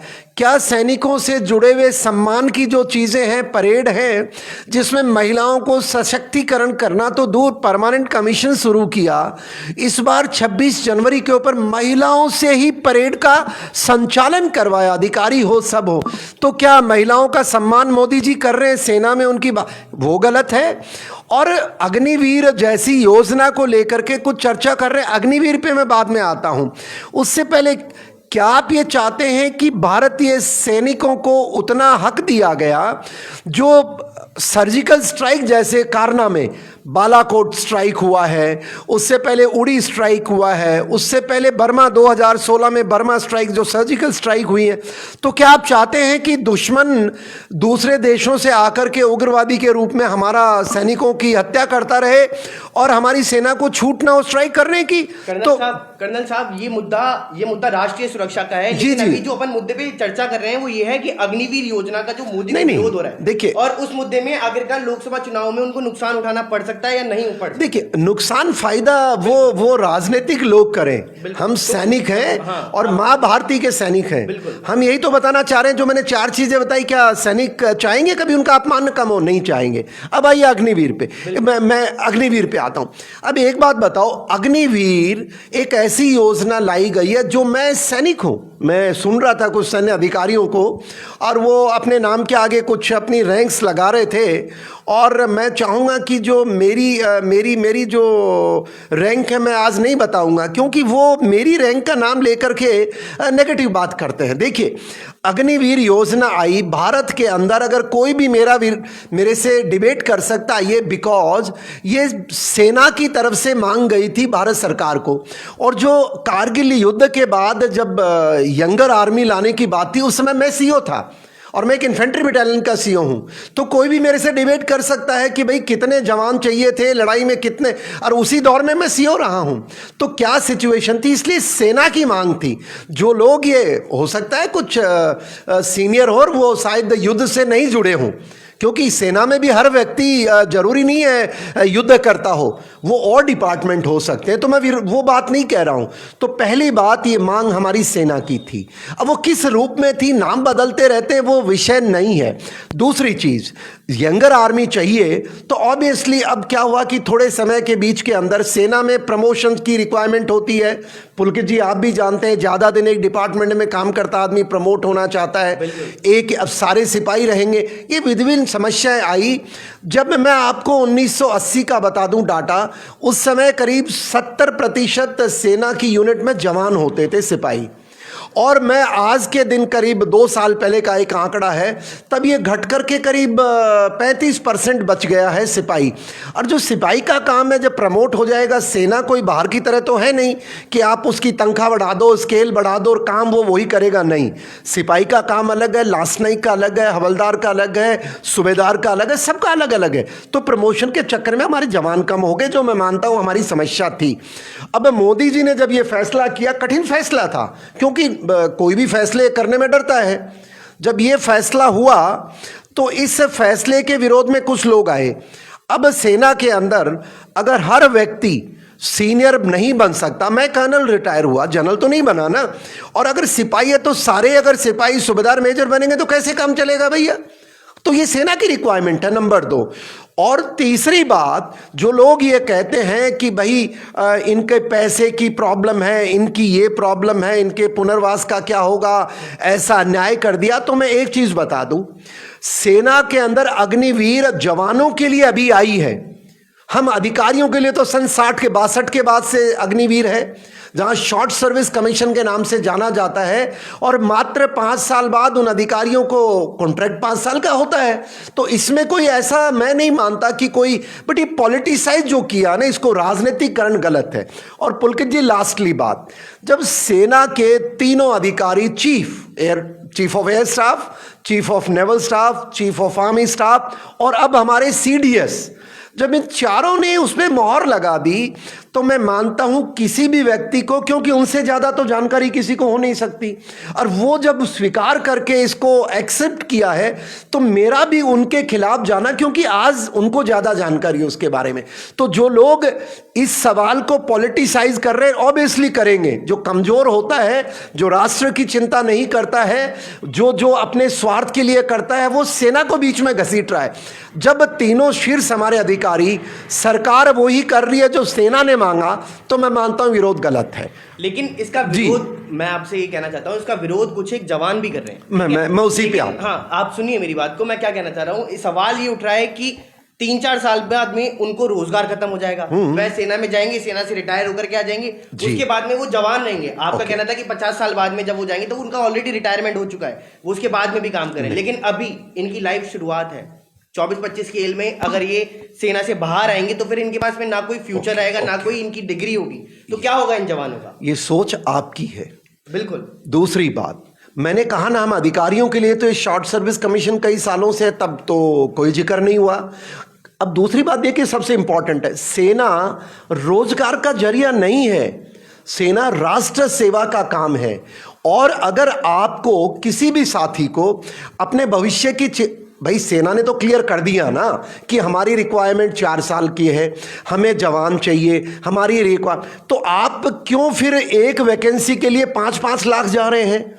सेना में अधिकारी भी हम जाते हैं तो उसमें शॉर्टेज है, वो क्योंकि वहां उपयुक्त नहीं है। अब जब जवान आने को तैयार है तो आप ये पॉलिटिसाइज क्यों कर रहे हैं लोग, मेरा ये सवाल है। दूसरी एक पुलकित जी बहुत जरूरी बात है, कोई भी डिपार्टमेंट हो, चाहे वो सेना का हो, चाहे होम मिनिस्ट्री का हो, चाहे एजुकेशन डिपार्टमेंट का हो, उनकी रिक्वायरमेंट के हिसाब से वो भर्ती करेंगे कि आपकी रिक्वायरमेंट के हिसाब से भर्ती करेंगे? आपके चैनल में आज आप मीडिया बंधु हैं, आज आप कैमरामैन हैं, आप क्या अपने डायरेक्टर को जाके कल बोलेंगे सर आपकी क्या परमानेंट नौकरी है क्या यहाँ? नहीं है। तो फिर आप हंगामा क्यों नहीं कर रहे हो? क्यों जाके डायरेक्टर साहब को बोलो ना कि मेरे को भर्ती क्यों किया, मैं आप तो मेरे बच्चे का क्या होगा?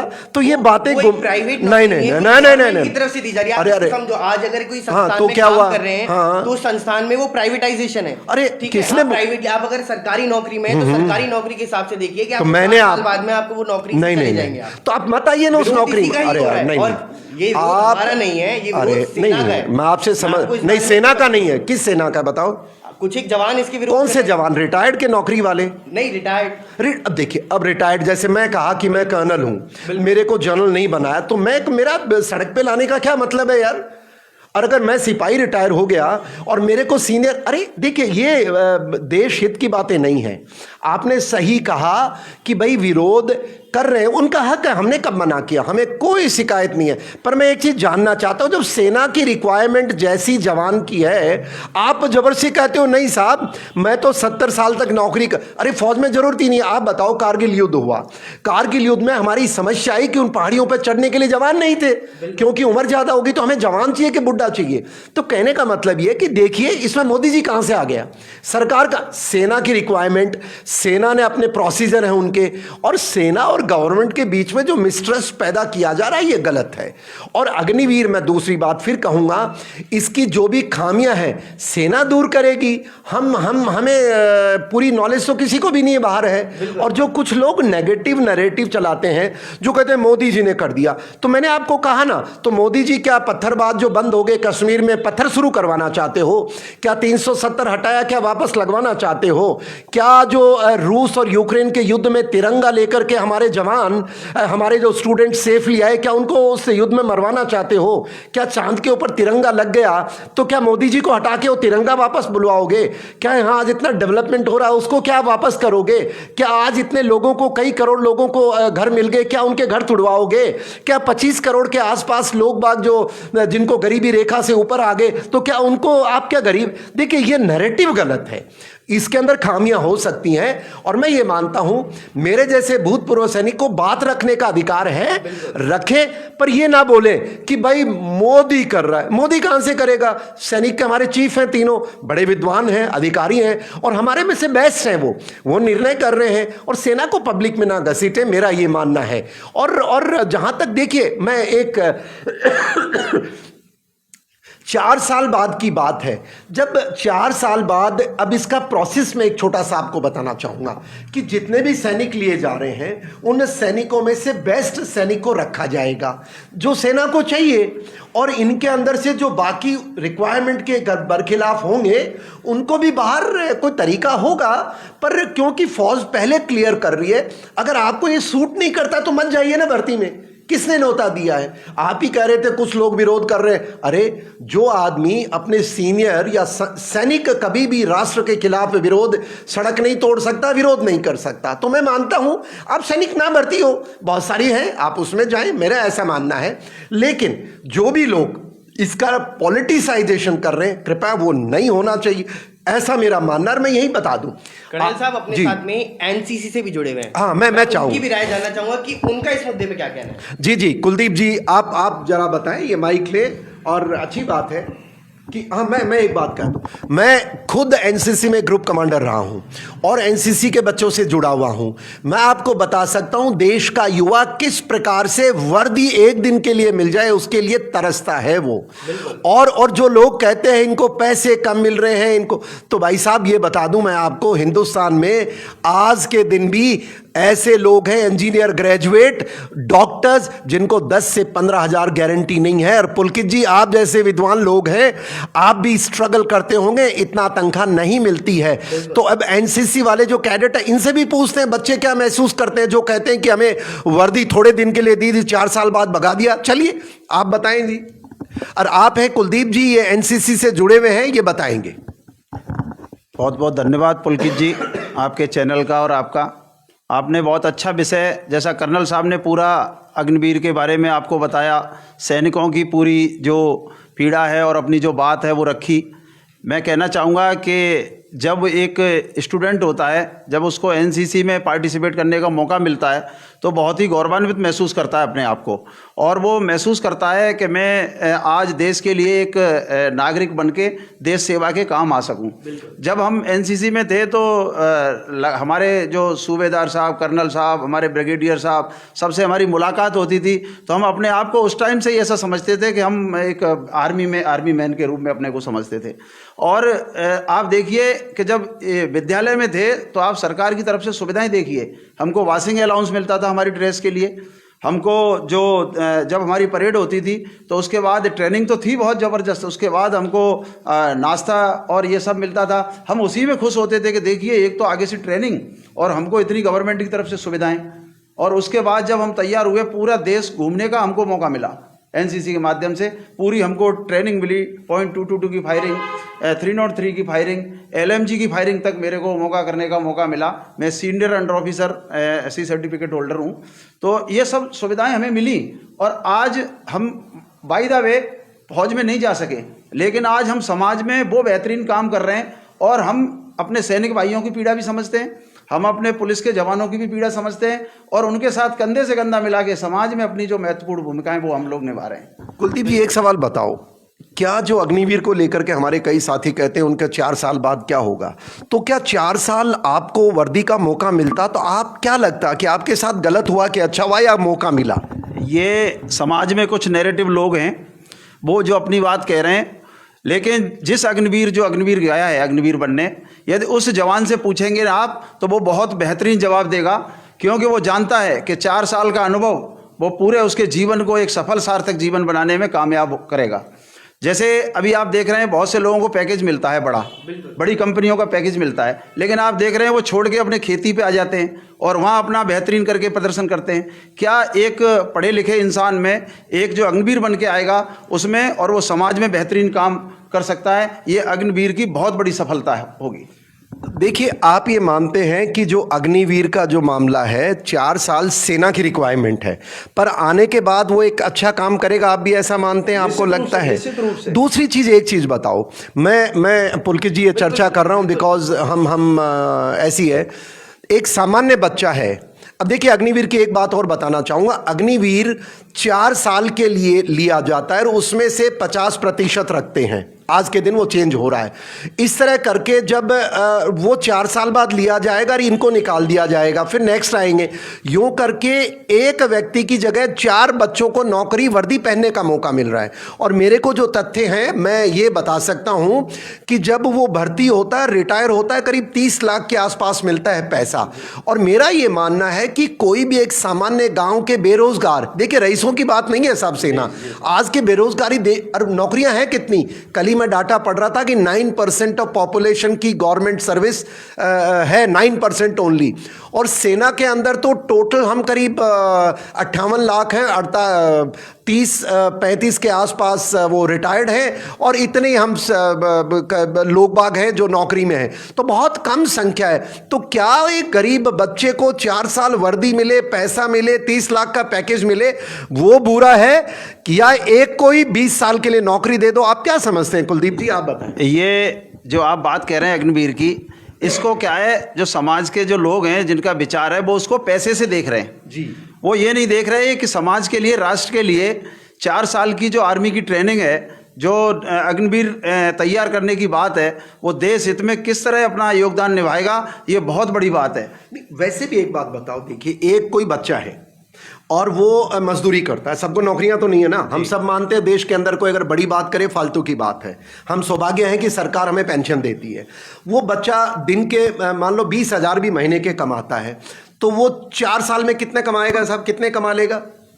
10 लाख? निश्चित रूप से जो गांव के युवा बेरोजगार हैं, आप देख रहे हैं उनको नौकरी ये तो है। आज इंजीनियरिंग करे हुए, आप आज कोई भी एक जॉब के लिए यदि वहाँ देखते हैं ना एप्लीकेशन, तो आप देखेंगे कि MSc BSc इंजीनियरिंग इस तरह के स्टूडेंट वहाँ आते हैं। तो बेरोजगारी किस तरह, लेकिन जो सैनिकों की मांग के आधार पर अग्निवीरों की जो तैयारी की गई, तो मैं तो समझता हूँ बहुत। उसका पैकेज जो 30 लाख के आसपास रुपए मिलेंगे, 4 साल नौकरी कर रहा है, वर्दी पहन के आ रहा है, बाहर सम्मान, उनके लिए रिजर्वेशन का भी बंदोबस्त किया गया, पुलिस, CRPF, सिक्योरिटी जॉब्स में, तो क्या बुरा है क्या वो, या अच्छा मानते हैं? आप कह रहे हैं वो तो बहुत बेहतरीन है, युवाओं के लिए बहुत ही एक सार्थक प्रयास है सरकार का और इस देश का, ये तो बहुत ही अच्छा है। मैं कह रहा हूँ कि जो हम जैसे NCC के जो कैडेट हैं वो अपने आप को गौरवान्वित, ये RD परेड में हम लोग भाग ले लेते हैं, तो अभी हमको ऐसा लगता है कि हम बहुत ही सौभाग्यशाली हैं जो अपनी भूमिका निभा पा रहे हैं। जी जी, मैं एक चीज़ और, इसके साथ साथ हमारे साथ मुकेश जी बैठे हैं,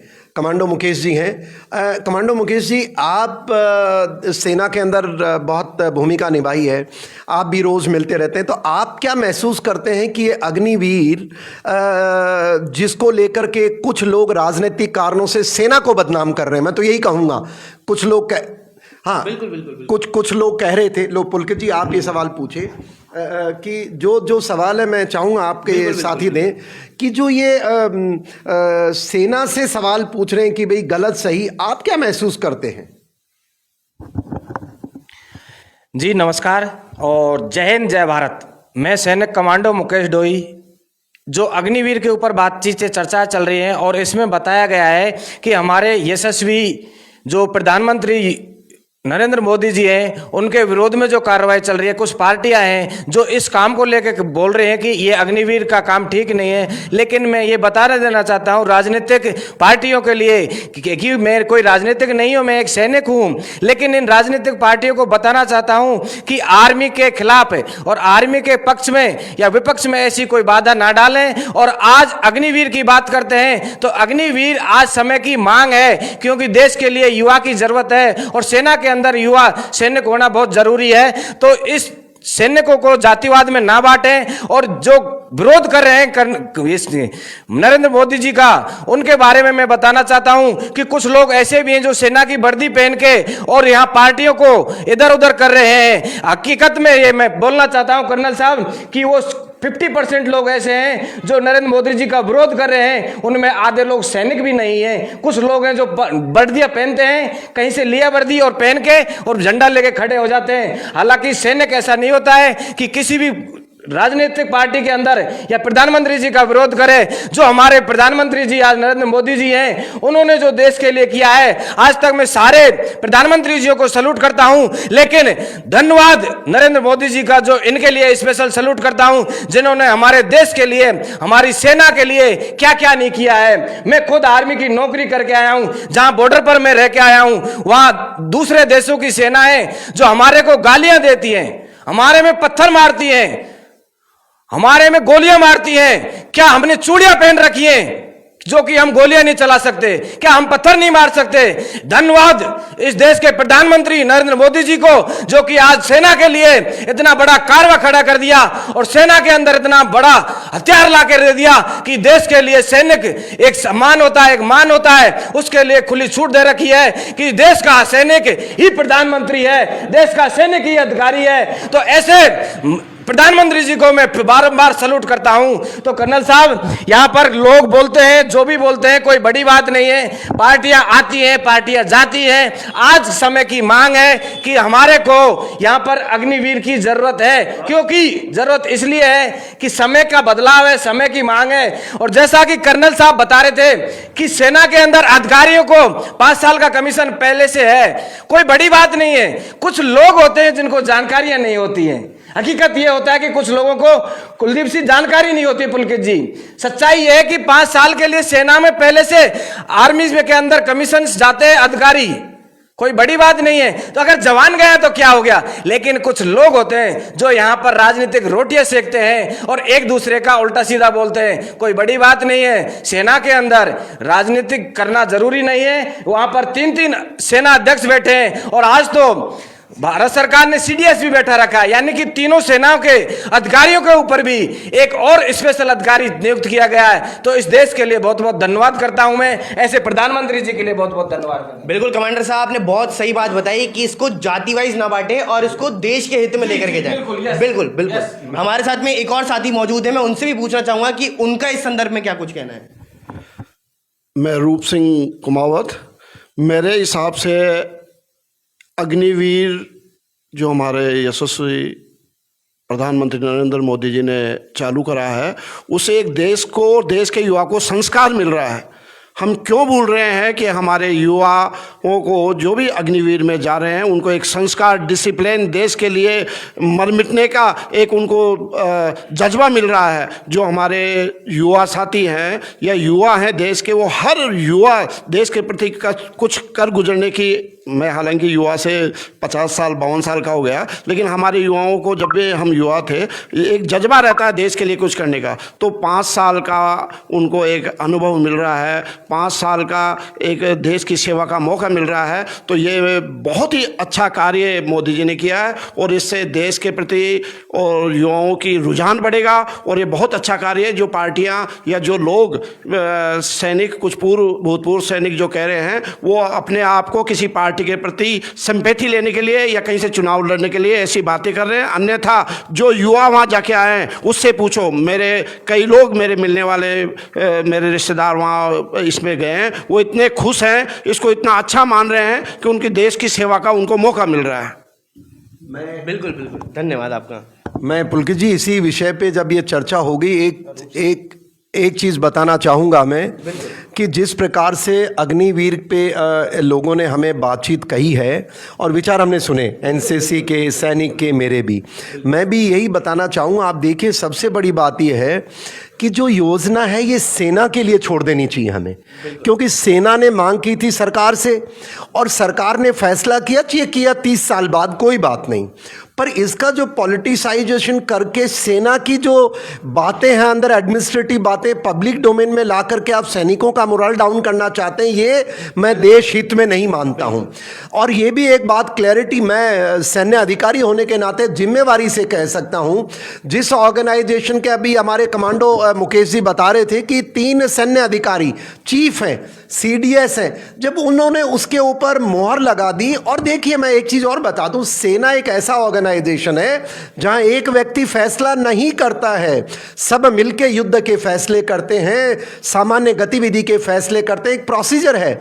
और अगर इसमें कुछ कमियां हैं तो मैं मानता हूं सेना और सरकार उसको करेगी। अब यहीं पर 1-2 लोग कहते हैं कि इनकी तनख्वाह कम है, इनको पैसे कम है, तो मैं एक चीज़ बता दूं, देखिए कोई भी चीज़ हमारी संतुष्टि, पहली बात तो अग्निवीर जो यूनिटों में गए हैं पुलकित जी, मैं भी मिलके उनसे मिल चुका हूं, उनका जो मनोबल है आला दर्जे का है। जैसे अभी हमारे साथी बता रहे थे ये एनसीसी में रहे हैं, और जो यूनिट्स के जो फीडबैक है वो बहुत पॉजिटिव है।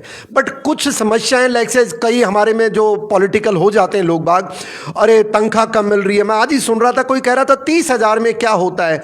भाई साहब, पुलकित जी मैं आपसे जानना चाहूँगा, आप मीडिया में हैं, हिंदुस्तान के कितने प्रतिशत जनसंख्या है जो 30,000 महीने की कमाती है, जरा आप बताएं। 5%, 10%, 20%? 20 से ज़्यादा हो ही नहीं सकती।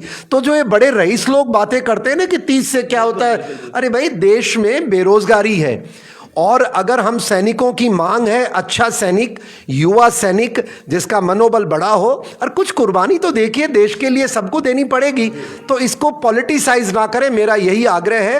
और कर्नल साहब एक महिला भी जुड़ी, बिल्कुल बिल्कुल, हाँ, इनसे भी मैं बस मेरी एक बात कह दूं, आखिर में ये बताना चाहूंगा कि कोई भी सेना से जुड़ा हुआ मुद्दा चुनाव के बीच में ला करके सैनिकों का मनोबल गिराने का जो भी कोई कार्य करता है, वो पॉलिटिकल पार्टी हो या पॉलिटिकल व्यक्ति हो या सैन्य अधिकारी हो, गलत है। सेना का मनोबल ऊंचा, क्योंकि हमारे राष्ट्र के लिए वो सैनिक हैं, उनकी समस्याएं उनके अधिकारी सरकार के बीच में ले जाएंगे। और मुझे पूरा यकीन है इस भारत की सरकार, मोदी जी की सरकार है। वैसे भी जो आदमी हर होली दिवाली जवानों के बीच में जाता है, जो आदमी जिसने बॉर्डर पर इतना इंफ्रास्ट्रक्चर बढ़ा दिया, जो आदमी जिसने राजपथ का नाम कर्तव्य पथ रख दिया, जो आदमी हमारे स्वतंत्रता सेनानी सुभाष चंद्र बाबू की मूर्ति 70 वर्षों से अटकी पड़ी थी दिल्ली के इंडिया गेट के ऊपर, वो लगवाई, जिन्होंने नेशनल मेमोरियल दे दिया, जिन्होंने हमारे को CDS दे दिया, जिन्होंने सेना की 1 रैंक 1 पेंशन दे दी। तो देखिए ये बातें गलत है, सुधार की आवश्यकता हर युग में होगी, हम करते रहेंगे, लेकिन राजनीतिकरण ना हो सेना के मामले का, ये मैं कहना चाहता हूं। पुलकित जी थैंक यू, हमारी महिला साथी से भी आप बिल्कुल आप हमारे साथ जुड़े हैं। अभी बात चल रही है अग्निवीर योजना के ऊपर कि उसका कुछ लोग विरोध कर रहे हैं, कुछ पार्टियां विरोध कर रही हैं मोदी सरकार का, तो आपका इसको लेकर के क्या कहना है? जी, जो मोदी सरकार के विरोध कर रही हैं पार्टियां, मोदी सरकार ने हमारे लिए जो भी कार्य किए हैं वो बहुत ही सराहनीय हैं। मोदी जी महिलाओं को लेकर भी बहुत अच्छे कार्य कर रहे हैं। मेरा सिर्फ इतना कहना है कि मोदी सरकार जो हमारे लिए कार्य कर रही है, जो हमारे राष्ट्र के लिए कार्य कर रही है, वो बहुत ही अच्छा कार्य है। मोदी जी को कुछ पॉलिटिक्स को लेकर के कि मोदी सरकार ने कुछ चीज़ों में एक महंगाई भी बहुत बढ़ाई है, तो मेरा ये मानना है कि मोदी सरकार हमारे लिए बहुत अच्छा काम कर रही है, और इसमें जो भी नेगेटिविटी फैल रही है वो सभी गलत हैं। बहन जी आपके लिए मैं पुलकित जी इनके लिए पे मैं बता दूं, मैं देशवासियों को बता दूं, क्योंकि हमारी महिला बहन भी हमारे साथ बैठी हैं चैनल में, आपने इनको बुलाया, ये किस प्रकार से प्रशंसा करी, पर आर्मी के लिए क्या हुआ, डिफेंस सर्विसेज में क्या हुआ, मैं बताना चाहूँगा कि महिला जो हमारी सेना के अंदर उनका नंबर था, पहली बार सिपाही भर्ती की गई है, उनके 2 बैच कमीशन हो चुके हैं वो हमारी मिलिट्री पुलिस के अंदर, ये पहली बार हुआ है मोदी जी के। दूसरा, जो पहले सैन्य अधिकारी हमारे शॉर्ट सर्विस कमीशन के मार्फत जाती थी, कितनी भी काबिल होती थी, वहाँ पर ये पक्षपात जिसको क्या बोलते हैं, ये एम्पावरमेंट नहीं था वुमेन का, और इनको परमानेंट कमीशन देने का कार्य इस कार्यकाल में मोदी जी ने किया है। तो जहां महिलाओं को परमानेंट कमीशन न्याय दिलाया गया, पहली बार महिला सिपाही हमारे फौज में आई हैं और इनको बराबर का पुरुष के अधिकार दिए हैं, तो मैं मानता हूं पुलकित जी, ये तो हमारी जो 50% जो देश की जनसंख्या है, हमारी माँ बहन बेटियां हैं, वो तो इस चीज का सम्मान करेंगी। और मैं मोदी जी व्यक्तिगत तौर पे विमेन एम्पावरमेंट के लिए, क्योंकि इस किस्से से मैं जुड़ा हुआ था, परमानेंट कमीशन की लड़ाई को लेकर के आपने एक ऐतिहासिक कार्य किया है।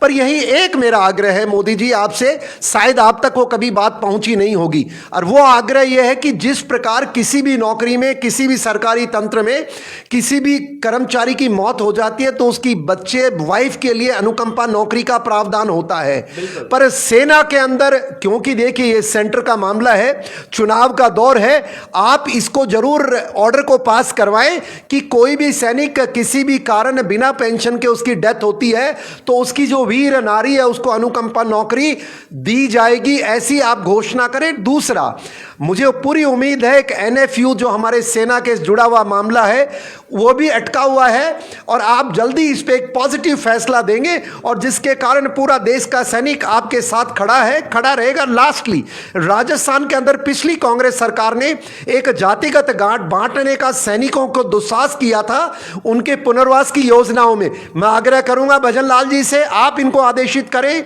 आपके चीफ मिनिस्टर हमारे जो राजस्थान के हैं, कि उस प्रस्ताव को निरस्त करें और सैनिकों को बिना जाति नहीं होनी चाहिए, और सैनिक की जाति सिर्फ वो मां भारती का सैनिक है, ऐसा आग्रह है मेरा। बिल्कुल बिल्कुल कर्नल साहब, आपने बहुत अच्छी बात बताई, और साथ ही साथ आप सभी साथियों को धन्यवाद कि आप सबने अग्निवीर योजना का सच एक तरह से लोगों के सामने रखा।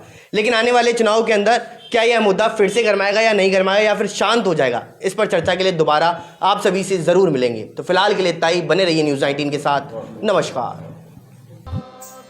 पुकार सुनो मारी धरती री, लौटा दो सम्मान, गांठ बांध लो सगड़ा और करो ऐलान, मोदी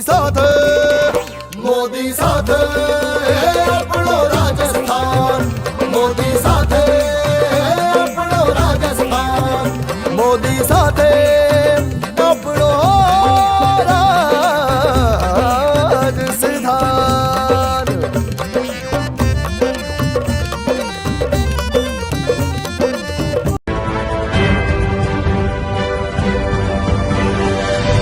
नमस्कार, स्वागत है आपका न्यूज़ 19 में। मैं हूं आपके साथ करतार सिंह। फागुन का महीना लग गया है और शाम भक्तों में जोश देखने को मिल रहा है। किस प्रकार बाबा को मनाएंगे शाम भक्त, किस प्रकार रजाएंगे बाबा शाम की नगरी को, किस प्रकार सजाएंगे बाबा शाम की नगरी को, इसी को लेकर सीकर कलेक्टर ने अहम बैठक की अधिकारियों के साथ, और बैठक में क्या क्या निर्णय लिए, क्या क्या यानी वहां पर बाबा शाम के मेले में किया जाएगा, और किस किस प्रकार की वहां दुकानें लगेगी, किस प्रकार से वहां भंडारे का आयोजन किया जाएगा, और किन किन सुविधा को लेकर सीकर कलेक्टर ने अधिकारियों के साथ चर्चा की है। हम आपको बता दें कि चर्चा में सबसे पहले जो 11 मार्च से खाटू धाम, यानी कि जो फागुन का महीने में बाबा शाम का मेला 11 मार्च से शुरू होगा और 22 मार्च तक ये मेला चालू रहेगा, यानी कि 11 दिन का, ये 11 दिवस का मेला है फागुन का, और बाबा शाम की नगरी में गुलाल एवं फूलों से ये मेला लगाया जाएगा और होली खेली जाएगी। इसी के साथ साथ जो सीकर कलेक्टर है उन्होंने साफ तौर से मीटिंग में कह दिया कि मेला मजिस्ट्रेट, यानी कि वहां पर नियुक्त कर दी गई है कमेटी, कि जो मेला कमेटी में जो मजिस्ट्रेट नियुक्त किया है उनसे परमिशन ली जाएगी कि कहां कहां भंडारा लगेगा और किस किस को वहां भंडारा लगाने की अनुमति दी जाएगी। यानी कि बाबा शाम के मेले में जो भंडारे लगते थे, तमाम जगह पे बिना अनुमति से जो भंडारे लगाए जाते थे, उससे आने और जाने वाले श्रद्धालुओं को काफी परेशानियों का सामना करना पड़ता था। इसी को ध्यान में रखते हुए सीकर कलेक्टर ने बात रखी और अधिकारियों ने सहमति देते हुए जिला मजिस्ट्रेट से परमिशन लेने की बात कही। अगर वहां किसी श्रद्धालु या भक्त को बाबा श्याम के दरबार में या आम रास्ते में भंडारा लगाना है तो मेला कमेटी के जो मजिस्ट्रेट है उनसे परमिशन लेनी पड़ेगी। साथ ही साथ आपको बता दें कि सबसे पहले जो बाबा श्याम का जो रिंगस मोड़ से और जो खाटू धाम तक जो श्रद्धालु जो डीजे और बैंड बाजे के साथ जाते थे उस पर पूर्णतः पाबंदी सीकर कलेक्टर द्वारा लगा दी गई है।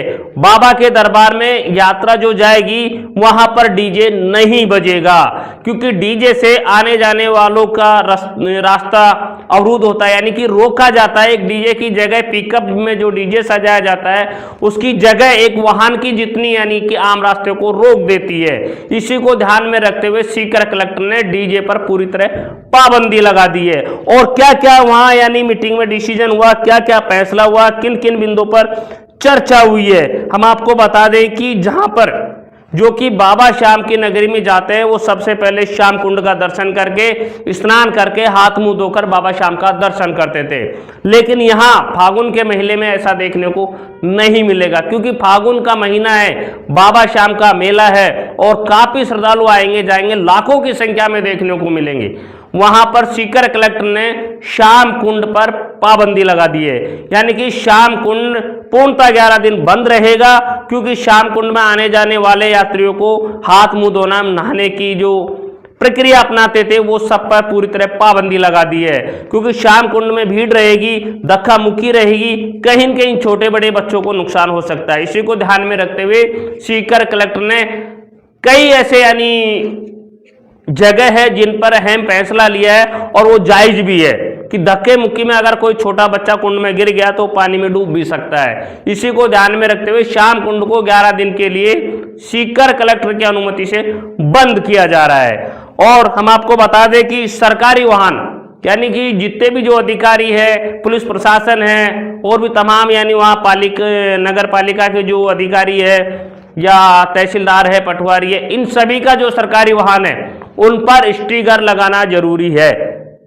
आप और हम और पार्किंग में जो इंचार्ज है वो कैसे समझेगा कि ये सरकारी वाहन है?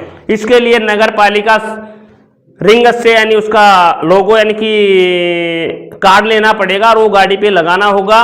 और सरकारी पार्किंग में आपको बता दूं, पहली बार राजस्थान में देखने को मिल रहा कि इतने बड़े तीर्थ धाम है, अयोध्या राम मंदिर में भी सरकारी यानी जो वाहन है उनके लिए पार्किंग के लिए इतनी बड़ी जगह नहीं दी जितनी आपको खाटू धाम में देखने को मिलेगी। 52 बीघा जो जमीन है वो सिर्फ सरकारी वाहनों के लिए स्वीकृत यानी कि अनुमति दी है सीकर कलेक्टर ने। 52 बीघा में सरकारी वाहन खड़े रहेंगे और जो वाहन वहां खड़े रहेंगे उनका कोई चार्ज नहीं लगेगा, यानी निःशुल्क उनकी पार्किंग की जाएगी। साथ ही साथ एक बड़ा फैसला और यानी लिया हुआ है कि जो बाबा श्याम के रिंगस से निशान उठाकर यानी कि निशान को लेकर जो चलते हैं श्याम भक्त, उन पर पूर्णतः पाबंदी लगी है। अब पाबंदी किस प्रकार लगी है कि आप कहोगे कि बाबा के मेले में अगर जा रहे हैं निशान नहीं चढ़ाएंगे, इत्र नहीं चढ़ाएंगे तो फिर मतलब क्या है? मैं आपको बता दूं कि यहाँ जो भी सीकर कलेक्टर ने जो फैसला लिया है वो कहीं न कहीं आपके हित में लिया है, बाबा की यात्रा को सफल बनाने के लिए लिया है कि 8 फीट से बड़ा जो निशान होगा वो बाबा के दरबार में नहीं जाएगा। यानी कि जो 8 फीट से बड़े बड़े जो निशान लेकर चलते हैं उन पर पूर्णतः पाबंदी है, वो नहीं चढ़ाए जाएंगे। छोटी जो कांच की शीशी जो इत्र जो होता है उन पे भी पूरी तरह से पाबंदी है, क्योंकि जो भक्त जो श्रद्धालु, उन भक्तों में मैं भी आता हूं जो बाबा के इत्र चढ़ाने के बहाने जो शीशी फेंकते हैं वो कहीं न कहीं यानी भक्तजन श्रद्धालुओं के पैरों में लगती है। इसी को ध्यान में रखते हुए 8 फीट से बड़ा निशान बाबा के नहीं चढ़ेगा और इत्र छोटी शीशी ले जाना मना किया है सीकर कलेक्टर ने। मैं आपको बता दूं कि ये जो अधिकारियों की जो बैठक हुई है इसमें कहीं न कहीं जनता को देखते हुए मेला को सफल बनाने के लिए ये सब फैसले लिए गए हैं जो कि वाजिब है, क्योंकि इतना अगर कांच अगर पैर में लग गया तो बड़ा नुकसान हो सकता है, पैर में खून निकल सकते हैं और भी बड़े घाव जैसी स्थिति हो सकती है। और 8 फीट से बड़ा जो निशान है वो कहीं न कहीं यानी बाबा की यात्रा में नुकसानदायक हो सकता है। इसी के लिए मैं आपको बता दूं कि खाटू यानी कि फागुन के महीने में खाटू जाने से पहले न्यूज 19 की खबर को जरूर देखें और किन किन यानी मुद्दों पर ये सीकर कलेक्टर ने जो बातें रखी है, मुद्दे जो बनाए, व्यवस्था किस प्रकार बनाई है, एक बार इस खबर को देखें। उसी के माध्यम से फागुन के महीने में बाबा श्याम के द्वार जाए और दर्शन करें और फूलों की होली खेले। और मैं आपको बता दूं कि बड़ी जो भक्तजन जो जाते हैं उनको कहीं न कहीं यानी बुखार हो जाता है, सिर दर्द हो जाता है। तमाम ऐसी जगह है जिन पे निःशुल्क मेडिकल कैंप लगाए जाते हैं। वहां मैं आपको बता दूं कि 10 कैंप लगाए जाएंगे। यानी सीकर कलेक्टर यानी कि सीकर जो कलेक्टर है या वहां के जो निजी जो प्रशासन है उनके द्वारा 10 मेडिकल कैंप लगाए जाएंगे। उससे ज्यादा परमिशन बाबा की यात्रा में नहीं दी है सीकर कलेक्टर ने। साथ ही साथ आपको बता दूं कि कहीं न कहीं खाटू धाम मेले से रोडवेज को यानी काफी फायदा होता हुआ नजर आता था। इसी को ध्यान में रखते हुए सीकर कलेक्टर ने बड़ा फैसला लिया कि 150 सरकारी बसें चलाई जाएगी, यानी कि ऊंट के मुंह में जीरा बरोबर, यानी कि 150 बसें वहां चलाई जाएगी और 150 से ज्यादा बसों को एनओसी प्राप्त नहीं होगी। यानी कि 150 बस बाबा श्याम के मेले में जा सकती है, वो भी सिर्फ रोडवेज बसें। और प्राइवेट बसें और रोडवेज बसों को किसी को भी एनओसी देने से साफ साफ मना कर दिया। 150 से ज्यादा बसें बाबा के यानी दरबार में नहीं चलेगी। साथ ही साथ हम आपको बता दें कि ये एक बड़ी यानी विचित्र बातें हैं। आप मेले में जाओ या बिना मेले भी बाबा के दरबार में दर्शन के लिए जाते हो तो कहीं न कहीं से आपके अगल से या बगल से ई रिक्शा गुजरता है। उस पर पूर्णतः पाबंदी लगा दी है सीकर कलेक्टर ने और स्थानीय प्रशासन ने। और नगर पालिका के जो चेयरमैन है उन्होंने साफ तौर पे कह दिया कि 11 दिवस का जो बाबा का मेला लगेगा उसमें ई रिक्शा नहीं चलेगा। यानी कि ई रिक्शा पे पूरी तरह पाबंदी लगा दी है। ई रिक्शा बाबा के मेले में आपको देखने को मिलेंगे, लेकिन जो रूट मैप जो तय किया है सीकर कलेक्टर ने या प्रशासन निजी प्रशासन ने, वहां पर आपको ई रिक्शा नहीं मिलेगा। ई रिक्शा पर पूरी तरह पाबंदी लगा दी है। श्रद्धालु और भक्त जाने से पहले सोचे कि बड़े बुजुर्ग जो अगर साथ में जा रहे हैं तो उनकी ई रिक्शा की व्यवस्था नहीं है, क्योंकि जो मेला का जो रास्ता है यानी जो रास्ते से यानी रिंगस से खाटू धाम जाएंगे उसके बीच में ई रिक्शा पूरी तरह से बंद कर दिए गए हैं। सीकर कलेक्टर ने साथ ही साथ मैं आपको बता दूं एक बड़ा फैसला लिया है। मंडावा गांव यानी कि जो सीकर झुंझुनू से आने वाले श्रद्धालु मंडावा गांव होते हुए और बाबा खाटू यानी कि खाटू धाम पहुंचते थे, श्याम बाबा के मंदिर पहुंचते थे, उन्हीं ही बीच में कई तमाम गांव ऐसे आते हैं जिनके जो चबूतरे बने हुए हैं वो आम रास्ते में आते हैं, तो कहीं कहीं रास्ता बंद हो जाता है। तो सीकर कलेक्टर ने वहां के स्थानीय यानी लोगों से राय मशूरा करके और साफ साफ परमिशन लेके कह दिया कि जो चबूतरे जो जैन मंदिर से जो बाबा श्याम के जो रास्ते में जितने भी चबूतरे आ रहे सबको तोड़ा जाएगा। यानी कि आज सुबह से यह प्रक्रिया चालू कर दी गई है, सारे चबूतरे तोड़े जाएंगे। इससे वहां के जो लोकल जो निवासी है उन्होंने कोई आपत्ति व्याप्त नहीं की, यानी कि कोई भी नाराजगी जाहिर नहीं की। उन्होंने सहमति और परमिशन दी है, वो खुद इस बात से एग्री है और सीकर कलेक्टर ने उनका धन्यवाद और आभार भी व्यक्त किया है। साथ ही साथ मैं आपको बता दूं कि जो मेले में लगने वाले जो भंडारे हैं, मेले में जो भंडारे लगने वाले हैं या तमाम जो दुकानें वहाँ खाद्य पदार्थ यानी जो फूड वहाँ खाने के लिए जो मिलते हैं उन पर एक कमेटी गठित की है और जांच शुरू करवा दी गई है कि यानी गंदा वहाँ कोई खाना पीना नहीं हो या तमाम कुछ ऐसी यानी जो खाद्य पदार्थ यानी जो फूड है जो आते हैं खाने में उनकी जांच की जाएगी। जो सैंपल में जो पास होगा उन्हीं 10 भंडारे लगाने वालों को वहाँ अनुमति दी जाएगी, जो कि वहाँ के जो मजिस्ट्रेट नियुक्त किए हैं, मेले के जो मजिस्ट्रेट नियुक्त किए हैं उनसे परमिशन लेनी पड़ेगी कहाँ भंडारा लगाया जाएगा और उस भंडारे में क्या क्या बनने को जाएगा उसकी पहले जाँच की जाएगी। तमाम चीजें ये बाबा श्याम के फागुन के 11 दिवस के मेले में देखने को मिलेगी। मैं आपको बता दूं कि बाबा श्याम के दरबार में जाने से पहले एक बार चैनल की खबर को जरूर देखें और बाबा श्याम की नगरी में जरूर पहुंचे फागुन के मेले में। नमस्कार।